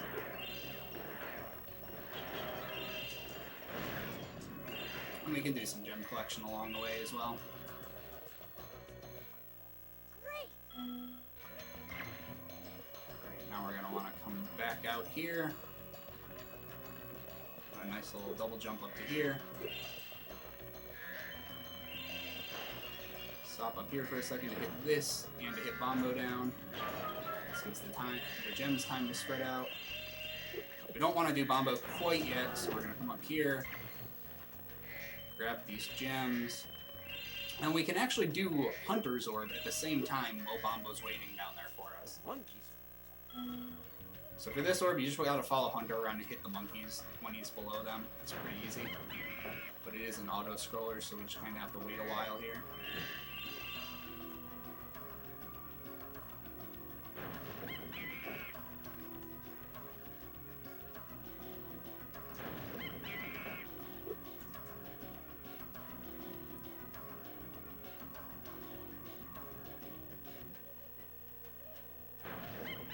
Oh, we were a little early there. That's okay. We just did it a second time.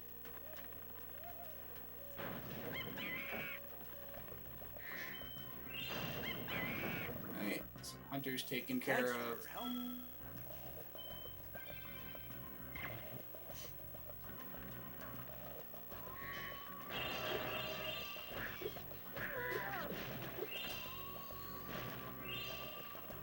Got the rest of the gems in this area, and then just talk to Bombo. There's two very tricky double jumps here. Hopefully we can get them pretty quick. Alright, so that first one you gotta wall glide to be able to get up there. And this one you just need a very solid double jump, and you need to hope that it pushes you over. There we go.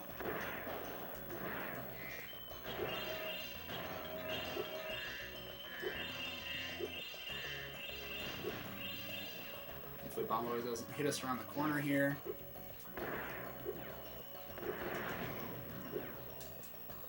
There we we go. Just lead him around the back again. Hop out. Do some more gem collection while we're waiting.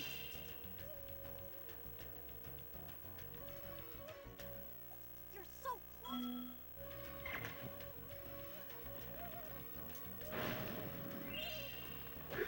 Okay, then we can come back here. We gotta go all the way back to the beginning level, but luckily there's a vortex here that takes us right there.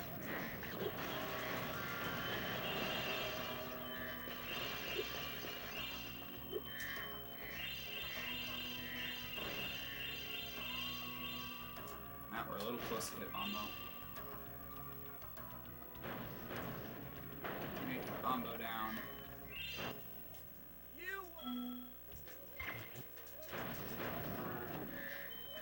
Collect the rest of the gems in the beginning here, so we didn't get them earlier.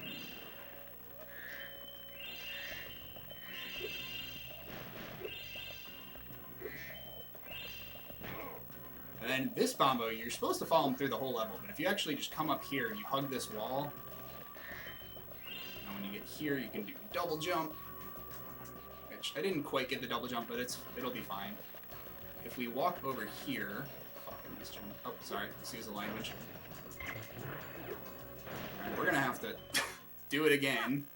That's really unfortunate. This was going well until that. Alright, so once again, hug the wall. Missed the double again, that's okay. Double jumps are really annoying in this game sometimes. If your timing is a little bit off or you didn't let go of the D-pad in time, you'll just get a charge jump instead of a double jump. So you want to be careful about that. But anyway, if you do your movement like that, Bombo is actually following behind us right now. So if we do this, grab these gems, and talk to her to finish the level. Yeah, that'll be my one. I was doing good so far. Alright, and then just come right up here, and Bombo will be done.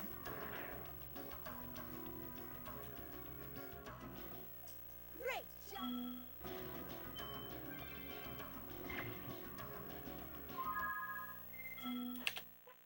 It's unfortunate that we missed gems in Summer Forest, because that was a really good split otherwise. Except for having to redo that last Bombo.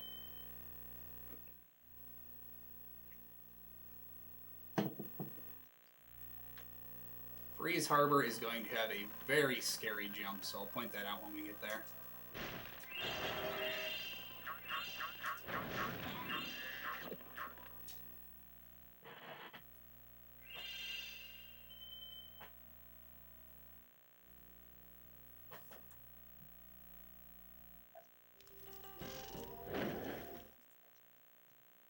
Just real quick, grab these gems.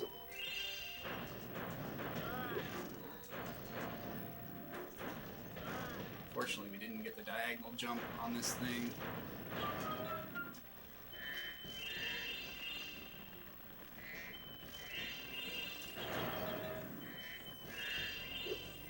Oh, not quite.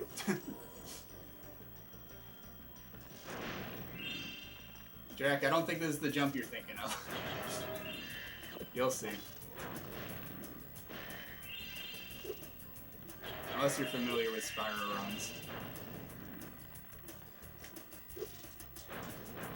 Man, come on. It's really hard to get the diagonal fireball on that.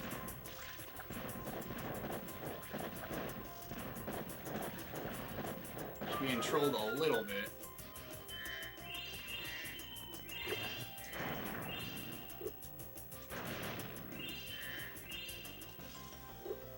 Do a double to get up here. So usually you have to, you get a trolley here. You're supposed to ride around and collect all of these, but you can actually just get up here as Spyro and collect all of them.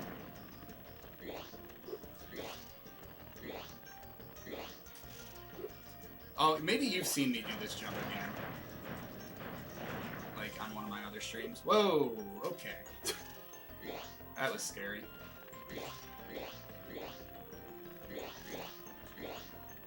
So we're just gonna go along and collect these gears along the way.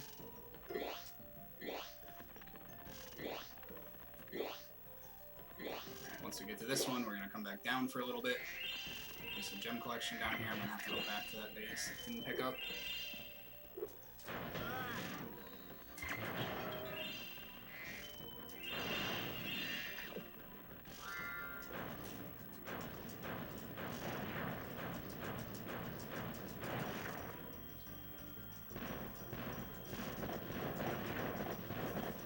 Kill all these guys. Oh, really? That's very rare for him to pass through it. Come on. There we go. Thanks. Get teleported over here.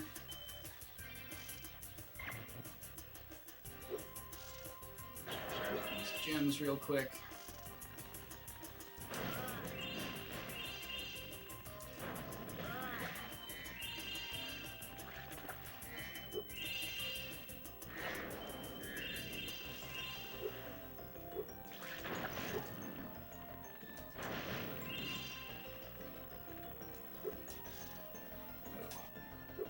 Once again, we're gonna come back on the track here. Gotta finish up the rest of the gear collecting now.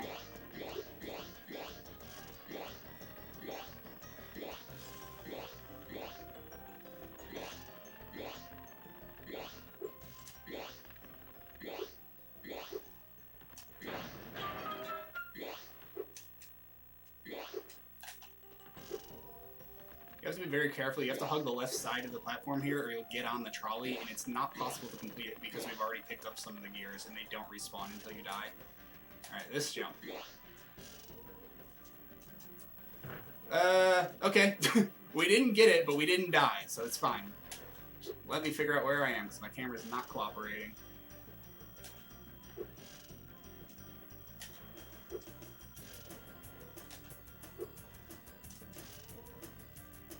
There we go. So if you don't time your head bash right there, you will fall and die, and you will have to do all of the gem collecting again. Or, sorry, all of the gear collecting again. So that is a very scary jump. If you fail that, you're losing multiple minutes. There's really no good path to fix it either. There's also this jump. This one looks scary, but it's actually quite easy.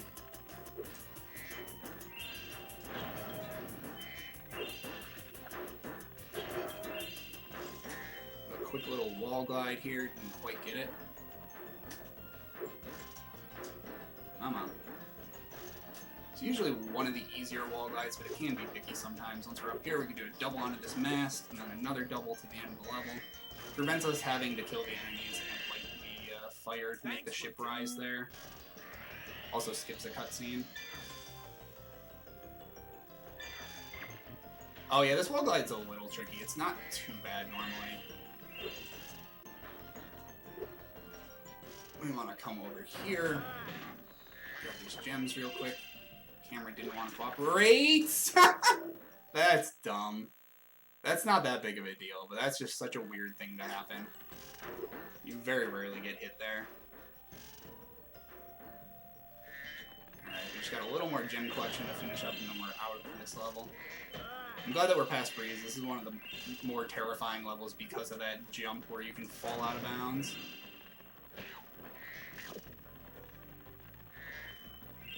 Oh man, I'm missing a lot of gems today. Sorry about that.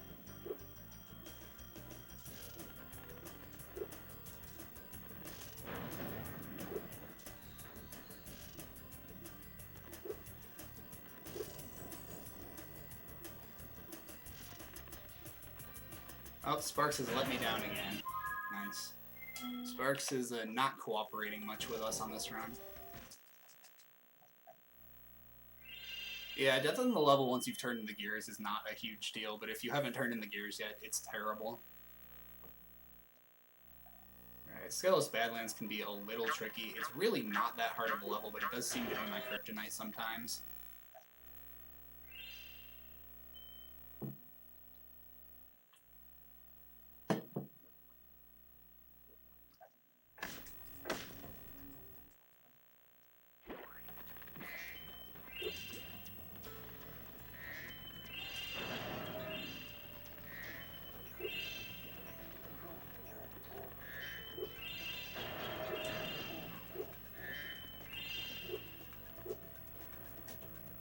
Yeah, movement in this game can be a lot of fun to watch. Oh, that's not quite what I wanted. That's okay. We're gonna just come over here real quick and grab this. Man, come on, game. Oh man, that's okay. I always die in Skelos. Something always happens that's just like such a weird occurrence. Like I said, this level is my kryptonite. Like, I'll always find some way to die. It's always a new way every time. Anyway, so we want to hit that mystery jar and then come along this way. So, one of the... Oh, that jump's annoying. If you are too far forward on that jump, you'll just fall right off sometimes. Alright, one of the orbs is to kill 8 of these guys and collect the bones that they've stolen. So we're just going to follow around the level. So in this level, we're following the mystery jar and we're following the bone guys.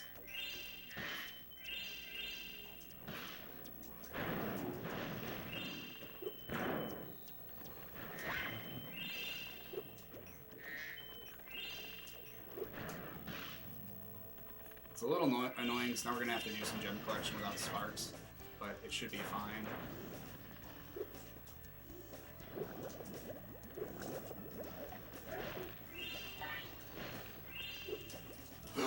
Okay, or I could forget to glide.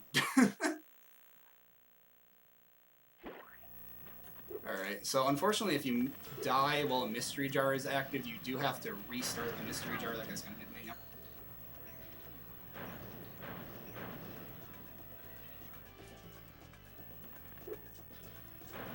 Like I said, it wouldn't be a hundo run if I didn't mess up in Skelos Badlands. It happens every time. Don't know why, but it does.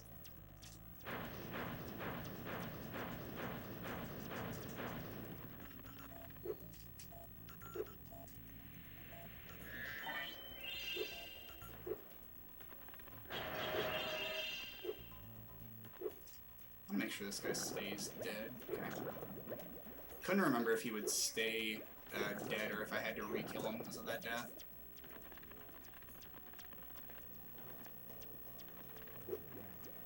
I'll pick up some health real quick for a little trick we're about to do.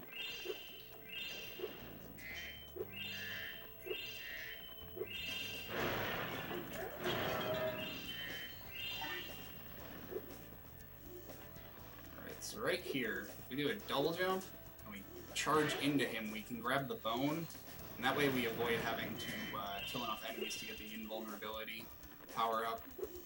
It's a little scary, because if you mess it up, usually you have no sparks at that point. So if you mess it up, you'll die and have to redo some stuff.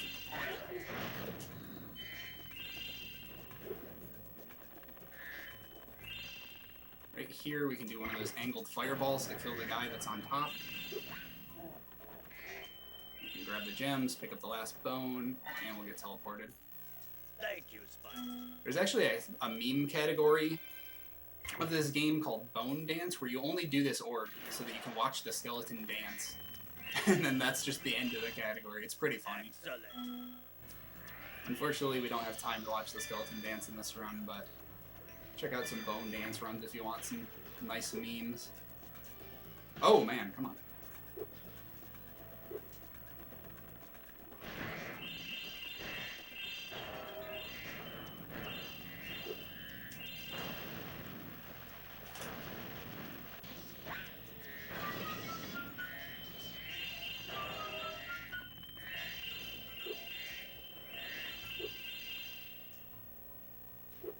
So we can do a double jump here to not have to talk to that guy. It saves a little bit of time. These dragons or dinosaurs are quite easy to deal with the fireball.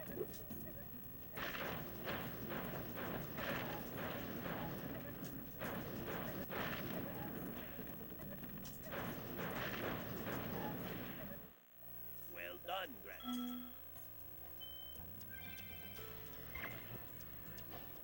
Uh-oh.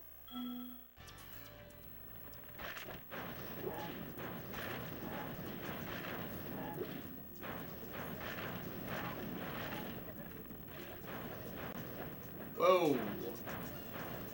Alright, we're screwed. We're gonna have to redo this.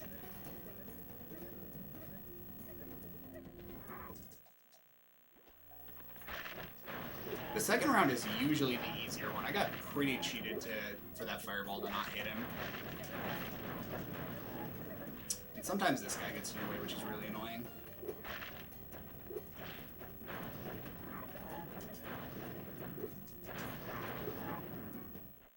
Thank you for helping. keeping him.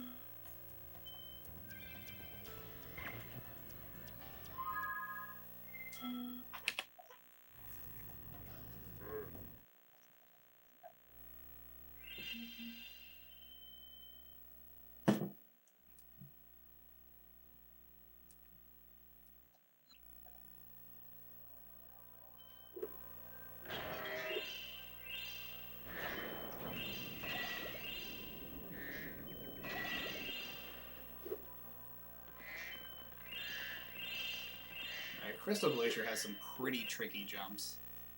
So hopefully we won't struggle too much with them.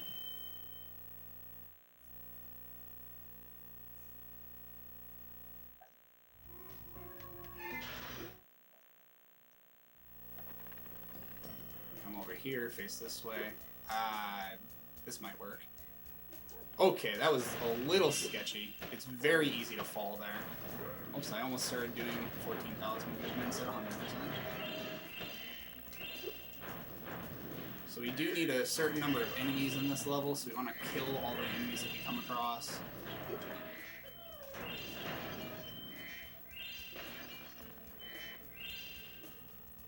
There's a very tricky wall glide here. Ooh, first try, nice.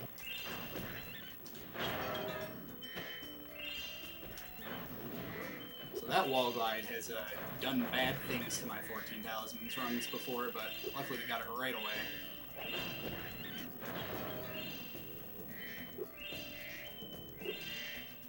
Whoa, camera is not cooperating. Okay.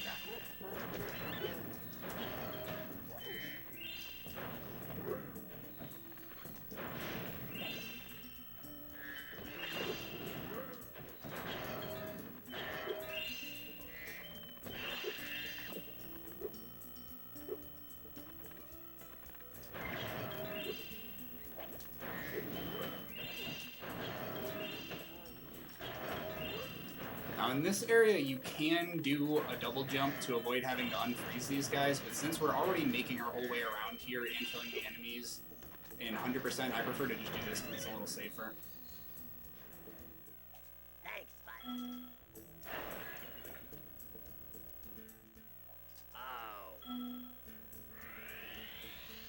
Oh. BK, we've got a little over half an hour left here, but it's going to be a good deal underestimate, most likely. So we'll have a bit of a break.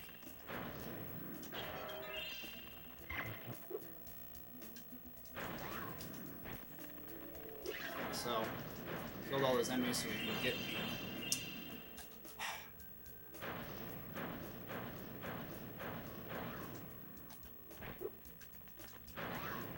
So we can get the super fly here.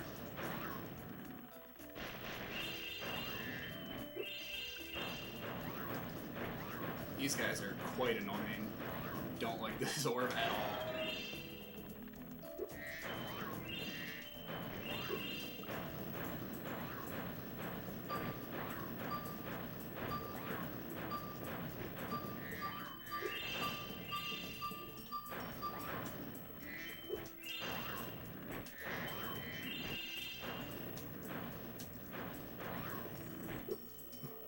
Unfortunately, we were a little slow there. But that's not a huge deal. There we go. I don't know why it took so long. We're going to do a little trick that I haven't talked about yet. So if you have Superfly and you do a double jump, you can do what's called a Superfly double jump. So we can fly here, double jump, and get a ton of height out of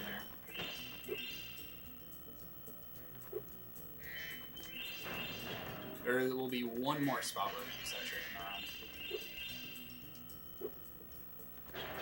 This is another kind of escort mission, so we had to go to the left a little bit there to make this guy start following us. Then we just come up here and wait for him.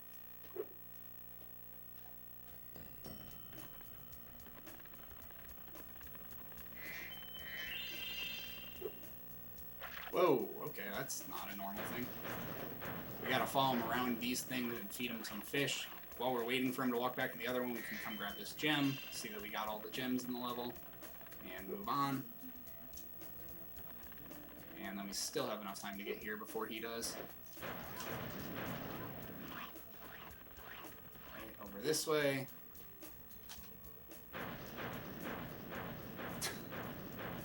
I said we've got about half an hour left in the run. We'll probably be a little ahead of estimate, so don't know if we're going to take a break or what we're going to do at that point.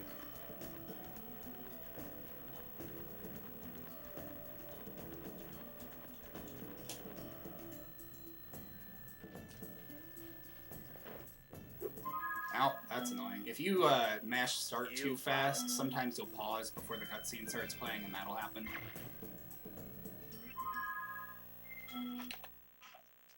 Alright, we're coming on, in my opinion, the worst level in the game. Zephyr has, I'm sure many of you that have played casually remember, but it has cowlicks that you have to herd into a pen, and they are a real pain to deal with.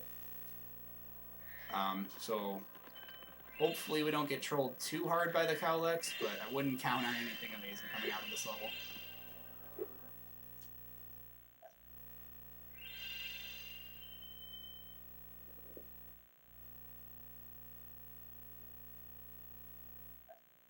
I'm going to try to do a pretty tricky jump at the start here. I might not get it, and we'll do the backup if I don't. I can do a double jump. Ah, never mind. So that you can double jump onto that wall, and then you can do a charge jump across and stay on the wall there and get out of bounds to skip over to the part of the level that I'm going to right now, but here's a backup.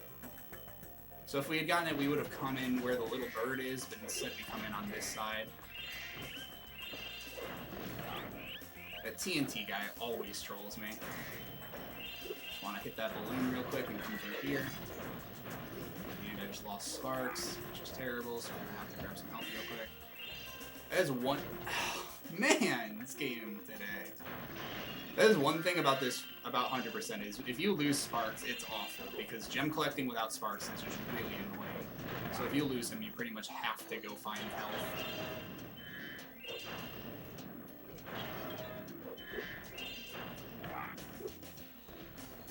Camera does not want to cooperate right now. Use one of those angled fireballs right here. Saves us from having to use the cannon. And you can just come right up here. And your fireball will break that door for you, so you can fly right into the area where you need to be for the cutscene. And then this guy will just give you the talisman right away.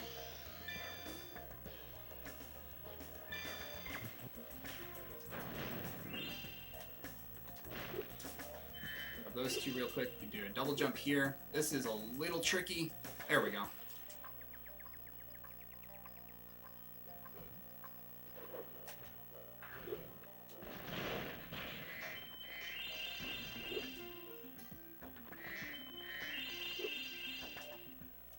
Well done.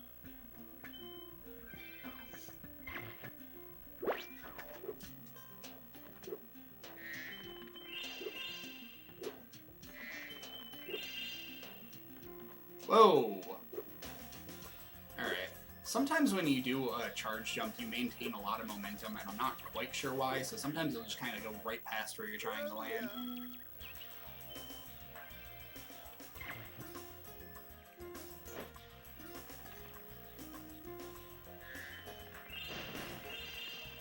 Alright, so here is the glory of cowlicks. We have to herd these things way back to the other area at the bottom of the level here. Real quick, grab this gem.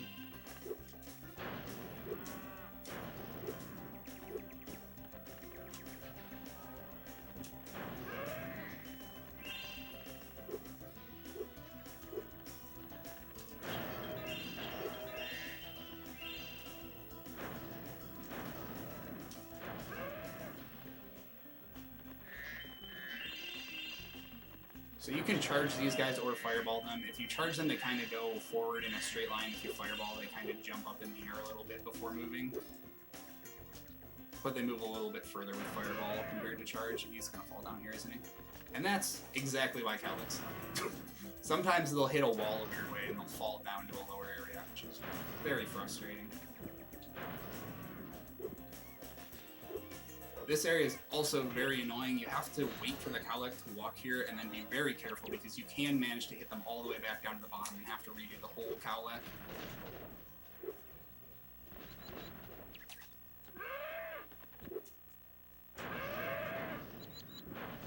See, that's what I mean when I say they can hit the wall a weird way. So he like bounced backwards there.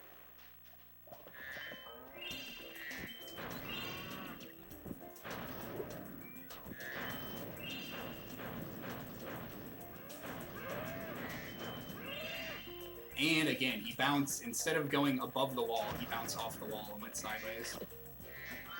So yeah, the Cowlek have very annoying physics sometimes.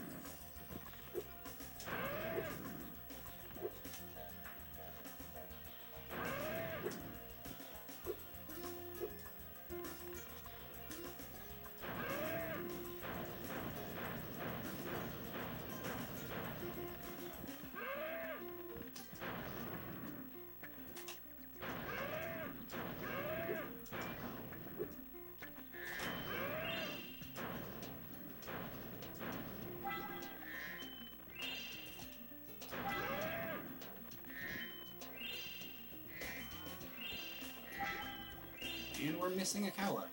Great.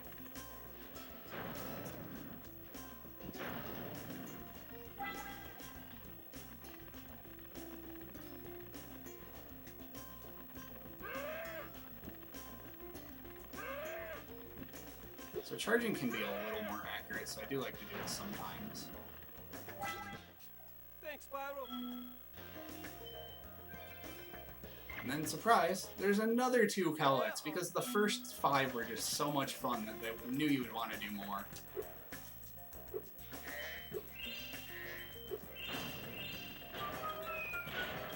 Want to hit that pot so it starts right away. Come down here. And another 2 Cowleks.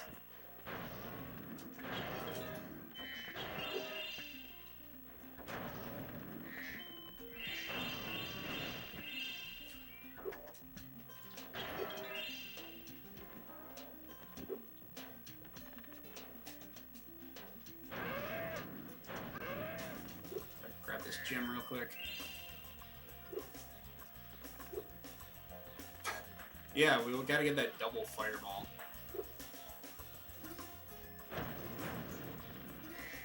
Alright, so it could have been worse for Cowleks, but it wasn't very great. Well,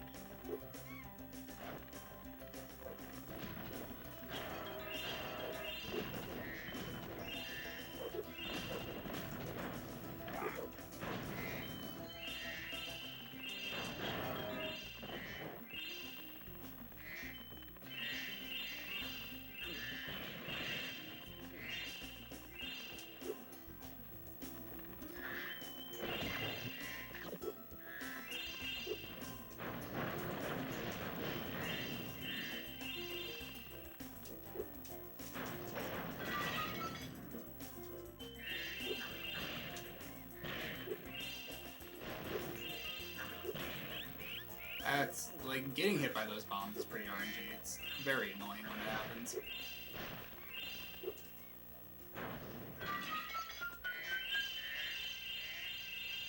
And we missed gems. Nice.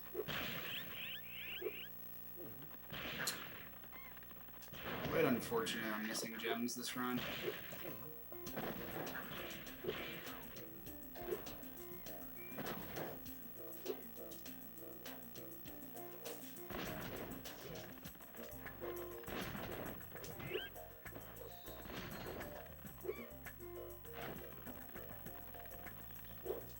Oh, nice. And I fell trying to get it too. A real classic right there.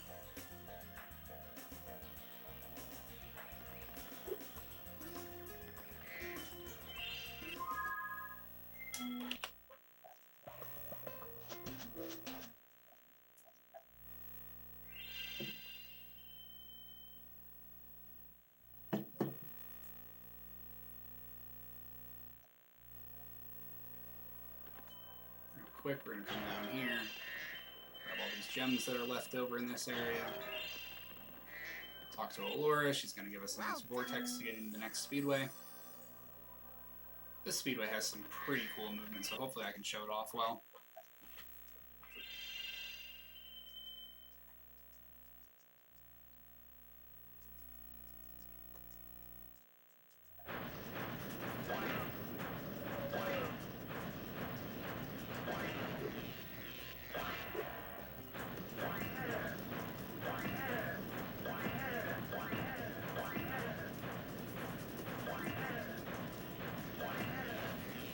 Oh, that's very rare to not hit the archway.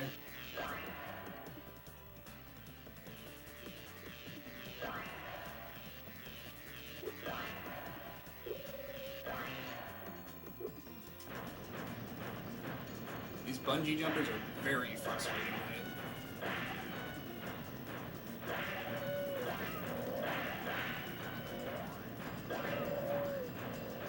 Like, exactly what I mean. They have very small hitboxes.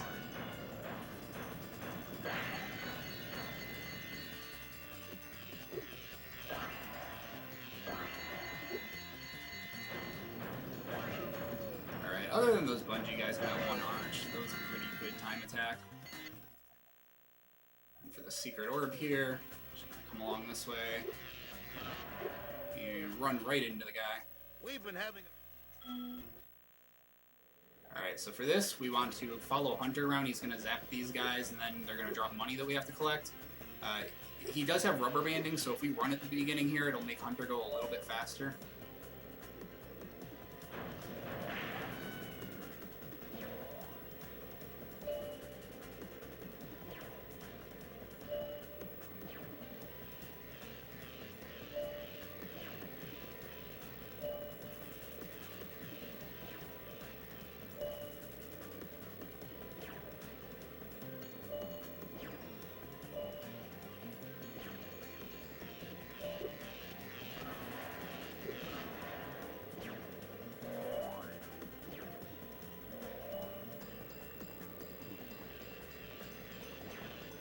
Okay, that's a pretty simple challenge.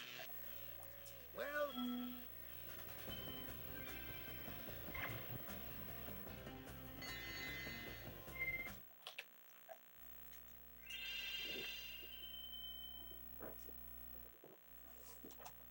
PK, I'm gonna do the risky strat.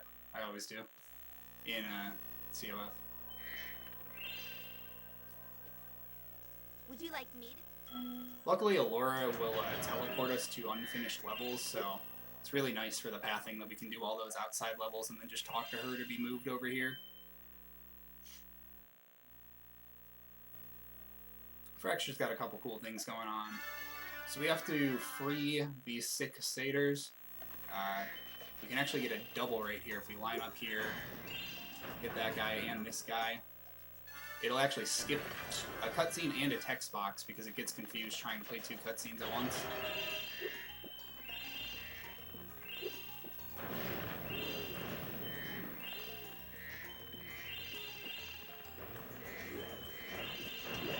These plants are some of the worst enemies in the game. If you get hit by them, you waste like 5 seconds waiting for their animation to finish.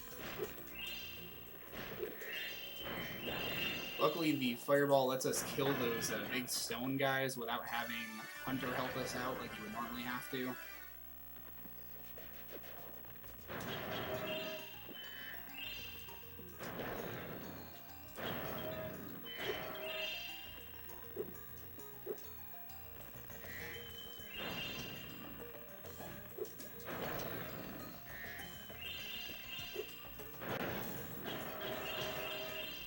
We're just gonna keep taking out these stone guys here.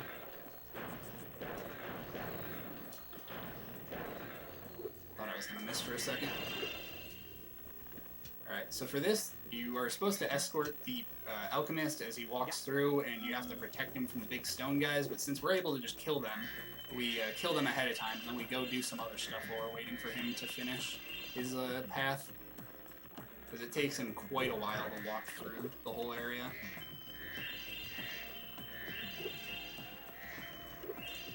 It's also possible that you do in a 40 orb, where you don't have fireball, you can hit them in a very specific way so that they never hit him while he's going around. But luckily when you have Fireball, it's just a whole lot easier to deal with. Be very careful there. Sparks likes to miss some of those gems pretty often. We want to come over here. We're going to try and get another cutscene skip, but no, not quite fast enough. So we get teleported over to Hunter here. Hunter has another orb where he wants us to help him kill all of the stone guys. But, you know, we already kind of did that. So he's just going to take a quick little walk, and here's your orb.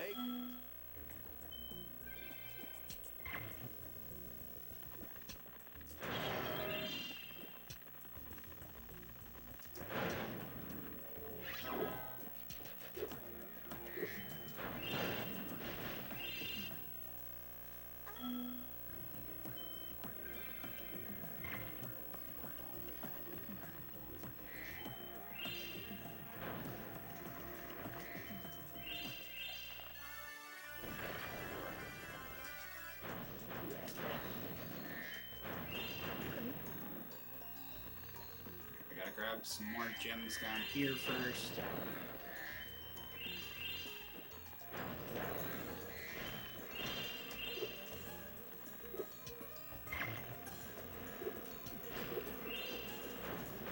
Alright, we're gonna try to get a double hit here so we can snipe this guy. I think we got it. So we'll skip 2 cutscenes if we got it. Yep, we did. Perfect. So there would have been 1 extra cutscene and an extra text box if we didn't time that properly. I don't know how I got hit by a bee there. I thought they were still pretty far away, but whatever. I'm gonna grab these real quick just to make sure I didn't miss any gems, which I did. Hi. Man.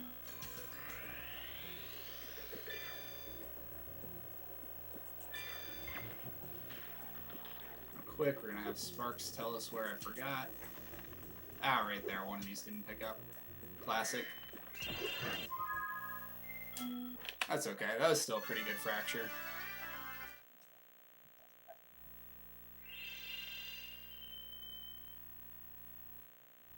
Magma Cone has some of the most infamous orbs in the game. I'll mention it quite soon. We'll go to them right away. I'm sure some of you might already know what I'm talking about.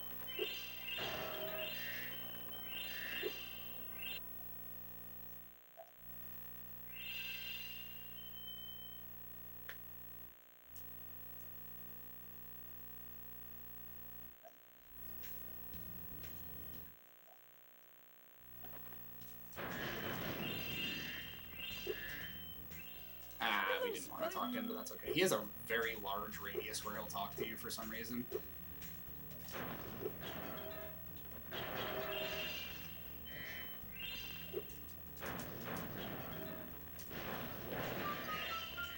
want to wait for all these gems to land and then come up here.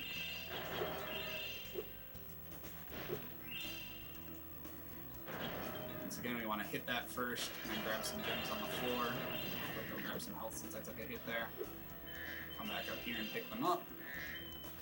It's a pretty cool out of bounds right here. We just double jump, we can get on the wall here. If I space myself properly. There we go. And we can just fall right down here. So this is popcorn. And I'm sure some of you remember this. The first orb is not that bad. Basically, you want to chase around these things popping out of the ground, and you need to grab, in the first round, 10 before Hunter grabs 10, and then in the second round, 15 before he grabs 15. The first round is okay. The second round, Hunter just outright cheats, so you have to be very fast, or else you'll fail it. This orb, the more you play it, the better you get, but I've had it kill some of my 40 orb runs as well as... Usually it won't kill Hundo, but it is possible that it would. Just because I generally have more of a buffer in Hundo. So there's the first round. Hunter didn't really do too much there. The second round, he just outright cheats and he goes to spots before there's any indication that there's going to be popcorn there. Hopefully, there's a little bit of RNG that we have to hope for here with good popcorn spawns and Hunter not being like insanely good, because sometimes he plays much better than others. If you saw there, I actually stole that popcorn, so I ran into it, the one that he wanted to get before he could touch it.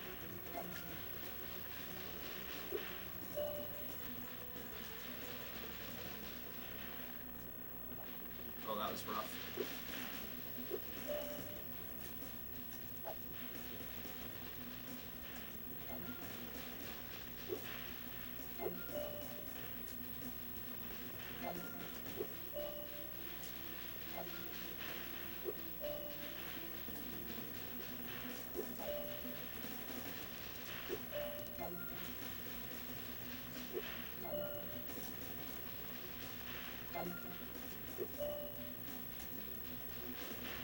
Alright, good popcorn too. You're really. That is a very rough orb, and it scares me every time, and it sucks that it's at the end of such a long run. So that's the last big thing that I was really worried about in this run, so I'm happy that we got past Popcorn 2 with no hiccups. Real quick, some more gem collection, do a cool little... not quite, that's okay. Show off this double jump instead. Maybe.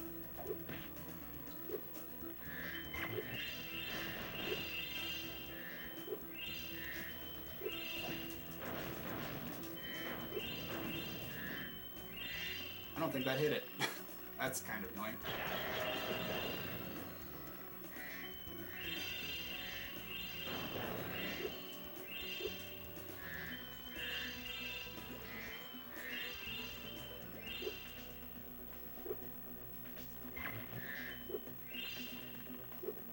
Unfortunately, we have to wait for this to blow up since it didn't get hit the first time. Another little out of bounds here, so first we're going to come up this way, go around the side here.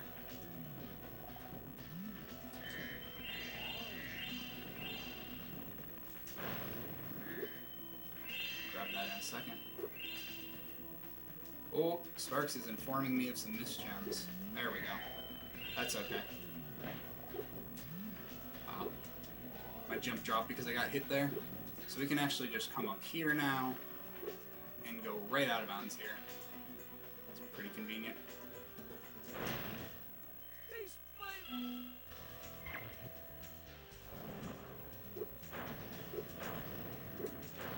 Ah, he keeps blocking my fireball.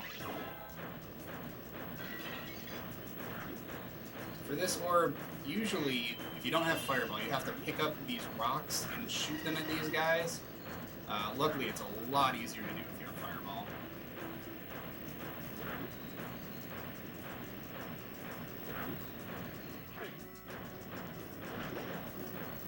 I'm going to be hitting these balloons as we're going around hitting all these guys. We're going to try to do a cutscene skip here. We hit this guy and then we do a flame double. Oh, that's okay. So I'll show you what I was trying to do there because we need to do it anyway. So we can do one of those super fly jumps to get on top of the volcano instead of having to climb, because it does take quite a while to climb. Unfortunately, I landed in the lava there, so I'm going to have what's called zombie. So that means Sparks is gone, and I can't pause the game. But as soon as I die, it'll be, like, the zombie state will go away, so that's okay. So we're just going to die real quick so we can get Sparks back. We're going to come over here, grab the Superfly power-up to do the rest of the gem collection. Real quick, grab all the gems here. And hopefully we didn't miss any balloons.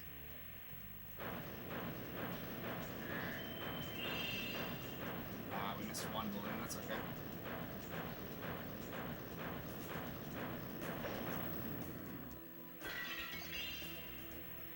Never mind, we missed two balloons. And this one doesn't want to get hit.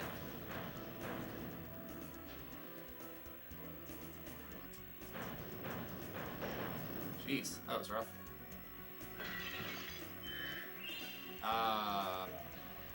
Okay, we missed some gems outside the level too. Really unfortunate run for missing gems. I usually don't miss gems this many levels. Generally only one or two where I have to backtrack, but, you know, classic marathon run where just everything that could go wrong goes wrong. And of course it's this one, because this always happens.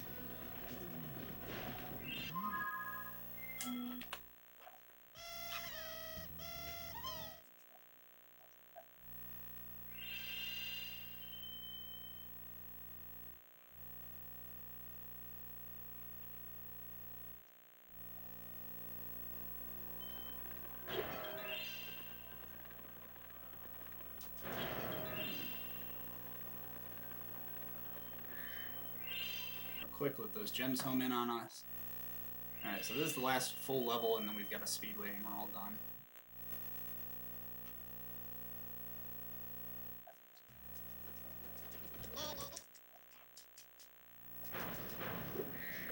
So, in this level, we have to hit these trees to get fruits to drop, and it makes these hippo guys become, like, super big, and then they can charge through these gates that are in our way. We also want to be killing enemies, like a lot of enemies along the way here. I believe we need 18 for the power-up that we need at the end of this level. Real quick, while we're waiting for him, we can hit this guy over here so we don't have to wait for it to bust open later.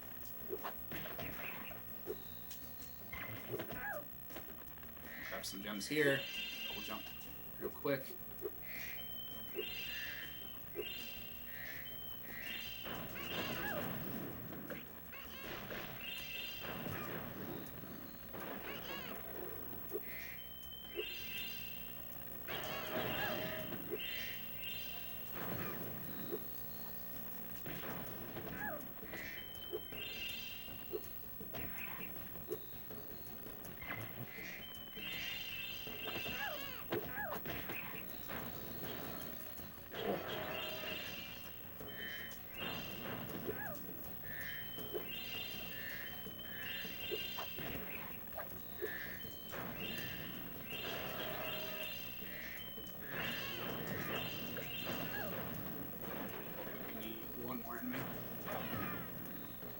Unfortunately, we lost sparks here, so we're going to have to do a little bit of manual gem collecting. If you glide during that cutscene, you'll keep gliding so we can hit the mystery jar and then glide to get over to this guy while its cutscene is playing out.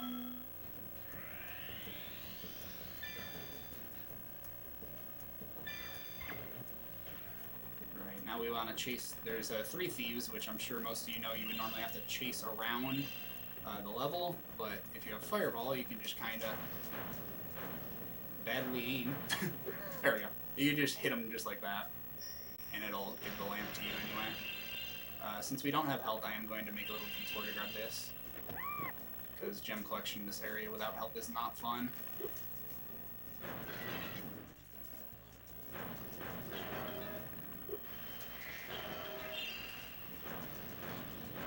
We didn't quite hit the head bash crate earlier, so that's okay, we'll just grab him out. And come over to this guy. My PB is 222. 222.50 something, so we're gonna miss it by a couple minutes. Had some pretty rough levels in Summer Forest, but that's okay. This PB is actually brand new as of yesterday, and if I hadn't gotten it, this would be a PB, so... My PB before yesterday was 228.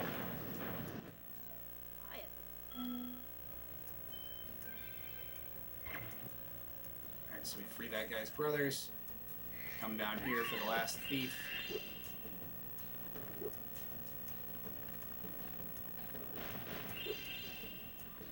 We don't want to hit him quite yet. We want this thief to be in a pretty particular location.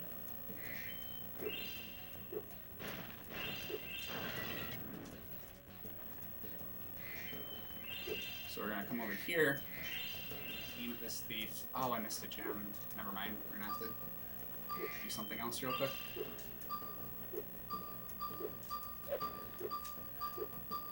Alright, so, come on. If we hit this guy, and real quick we come up here. Oh, we might miss this. There we go. So we wanted to hit the mystery jar at the same time that we got warped. So we did manage to pull that off, even though it was a little sloppy. Just a little bit more gem collection to do down here.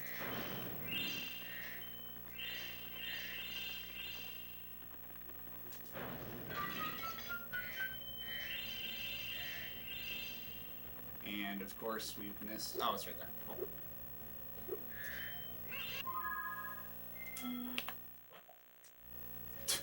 Yeah, sub 2's a little far away right now. Hopefully we didn't miss any gems in Autumn Plains Overworld.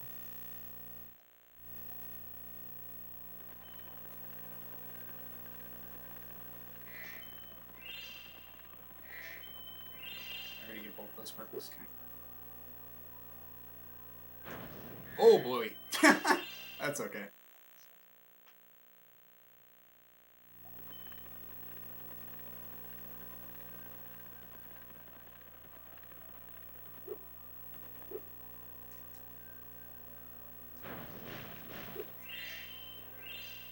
Ah, we missed a 1 gem.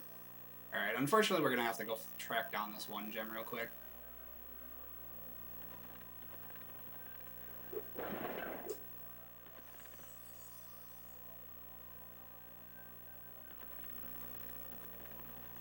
I'm using out of bounds here to go find this gem a little faster.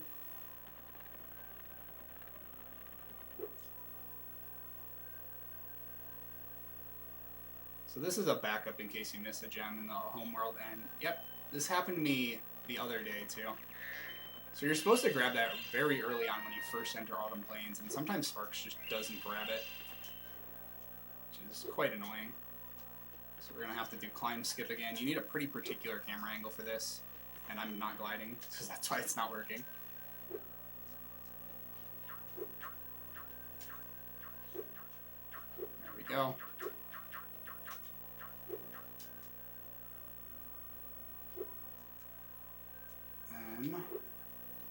Okay, well, I guess we'll just do the intended way over here. Because I don't want to have to climb skip again.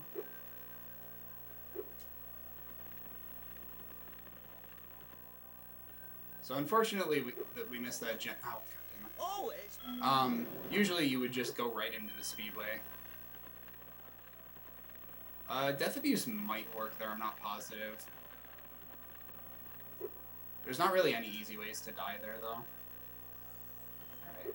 That's fine, though. So now, Autumn Plains is done. We just gotta do the speedway and we'll be all set. So like always, we're gonna do the time attack first.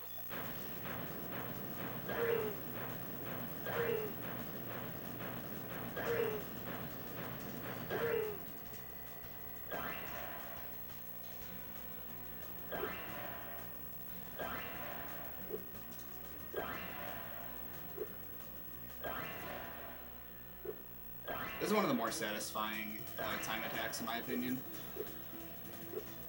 Unless you do that.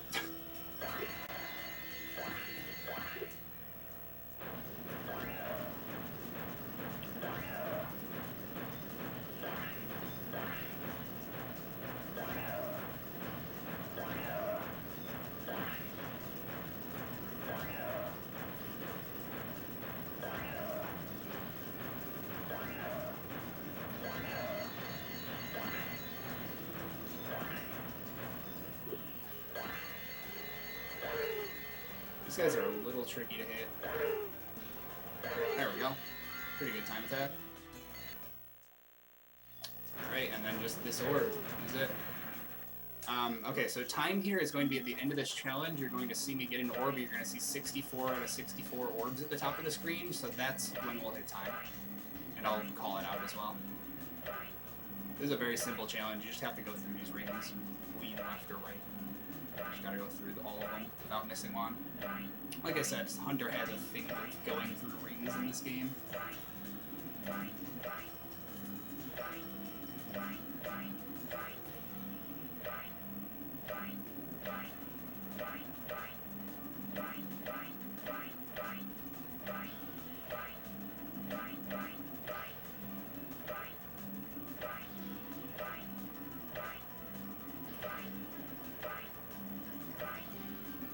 So time's coming up in about 10 seconds.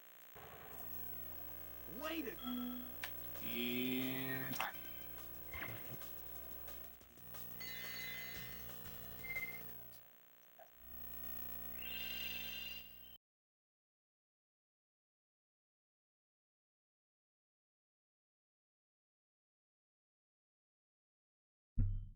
Simmy.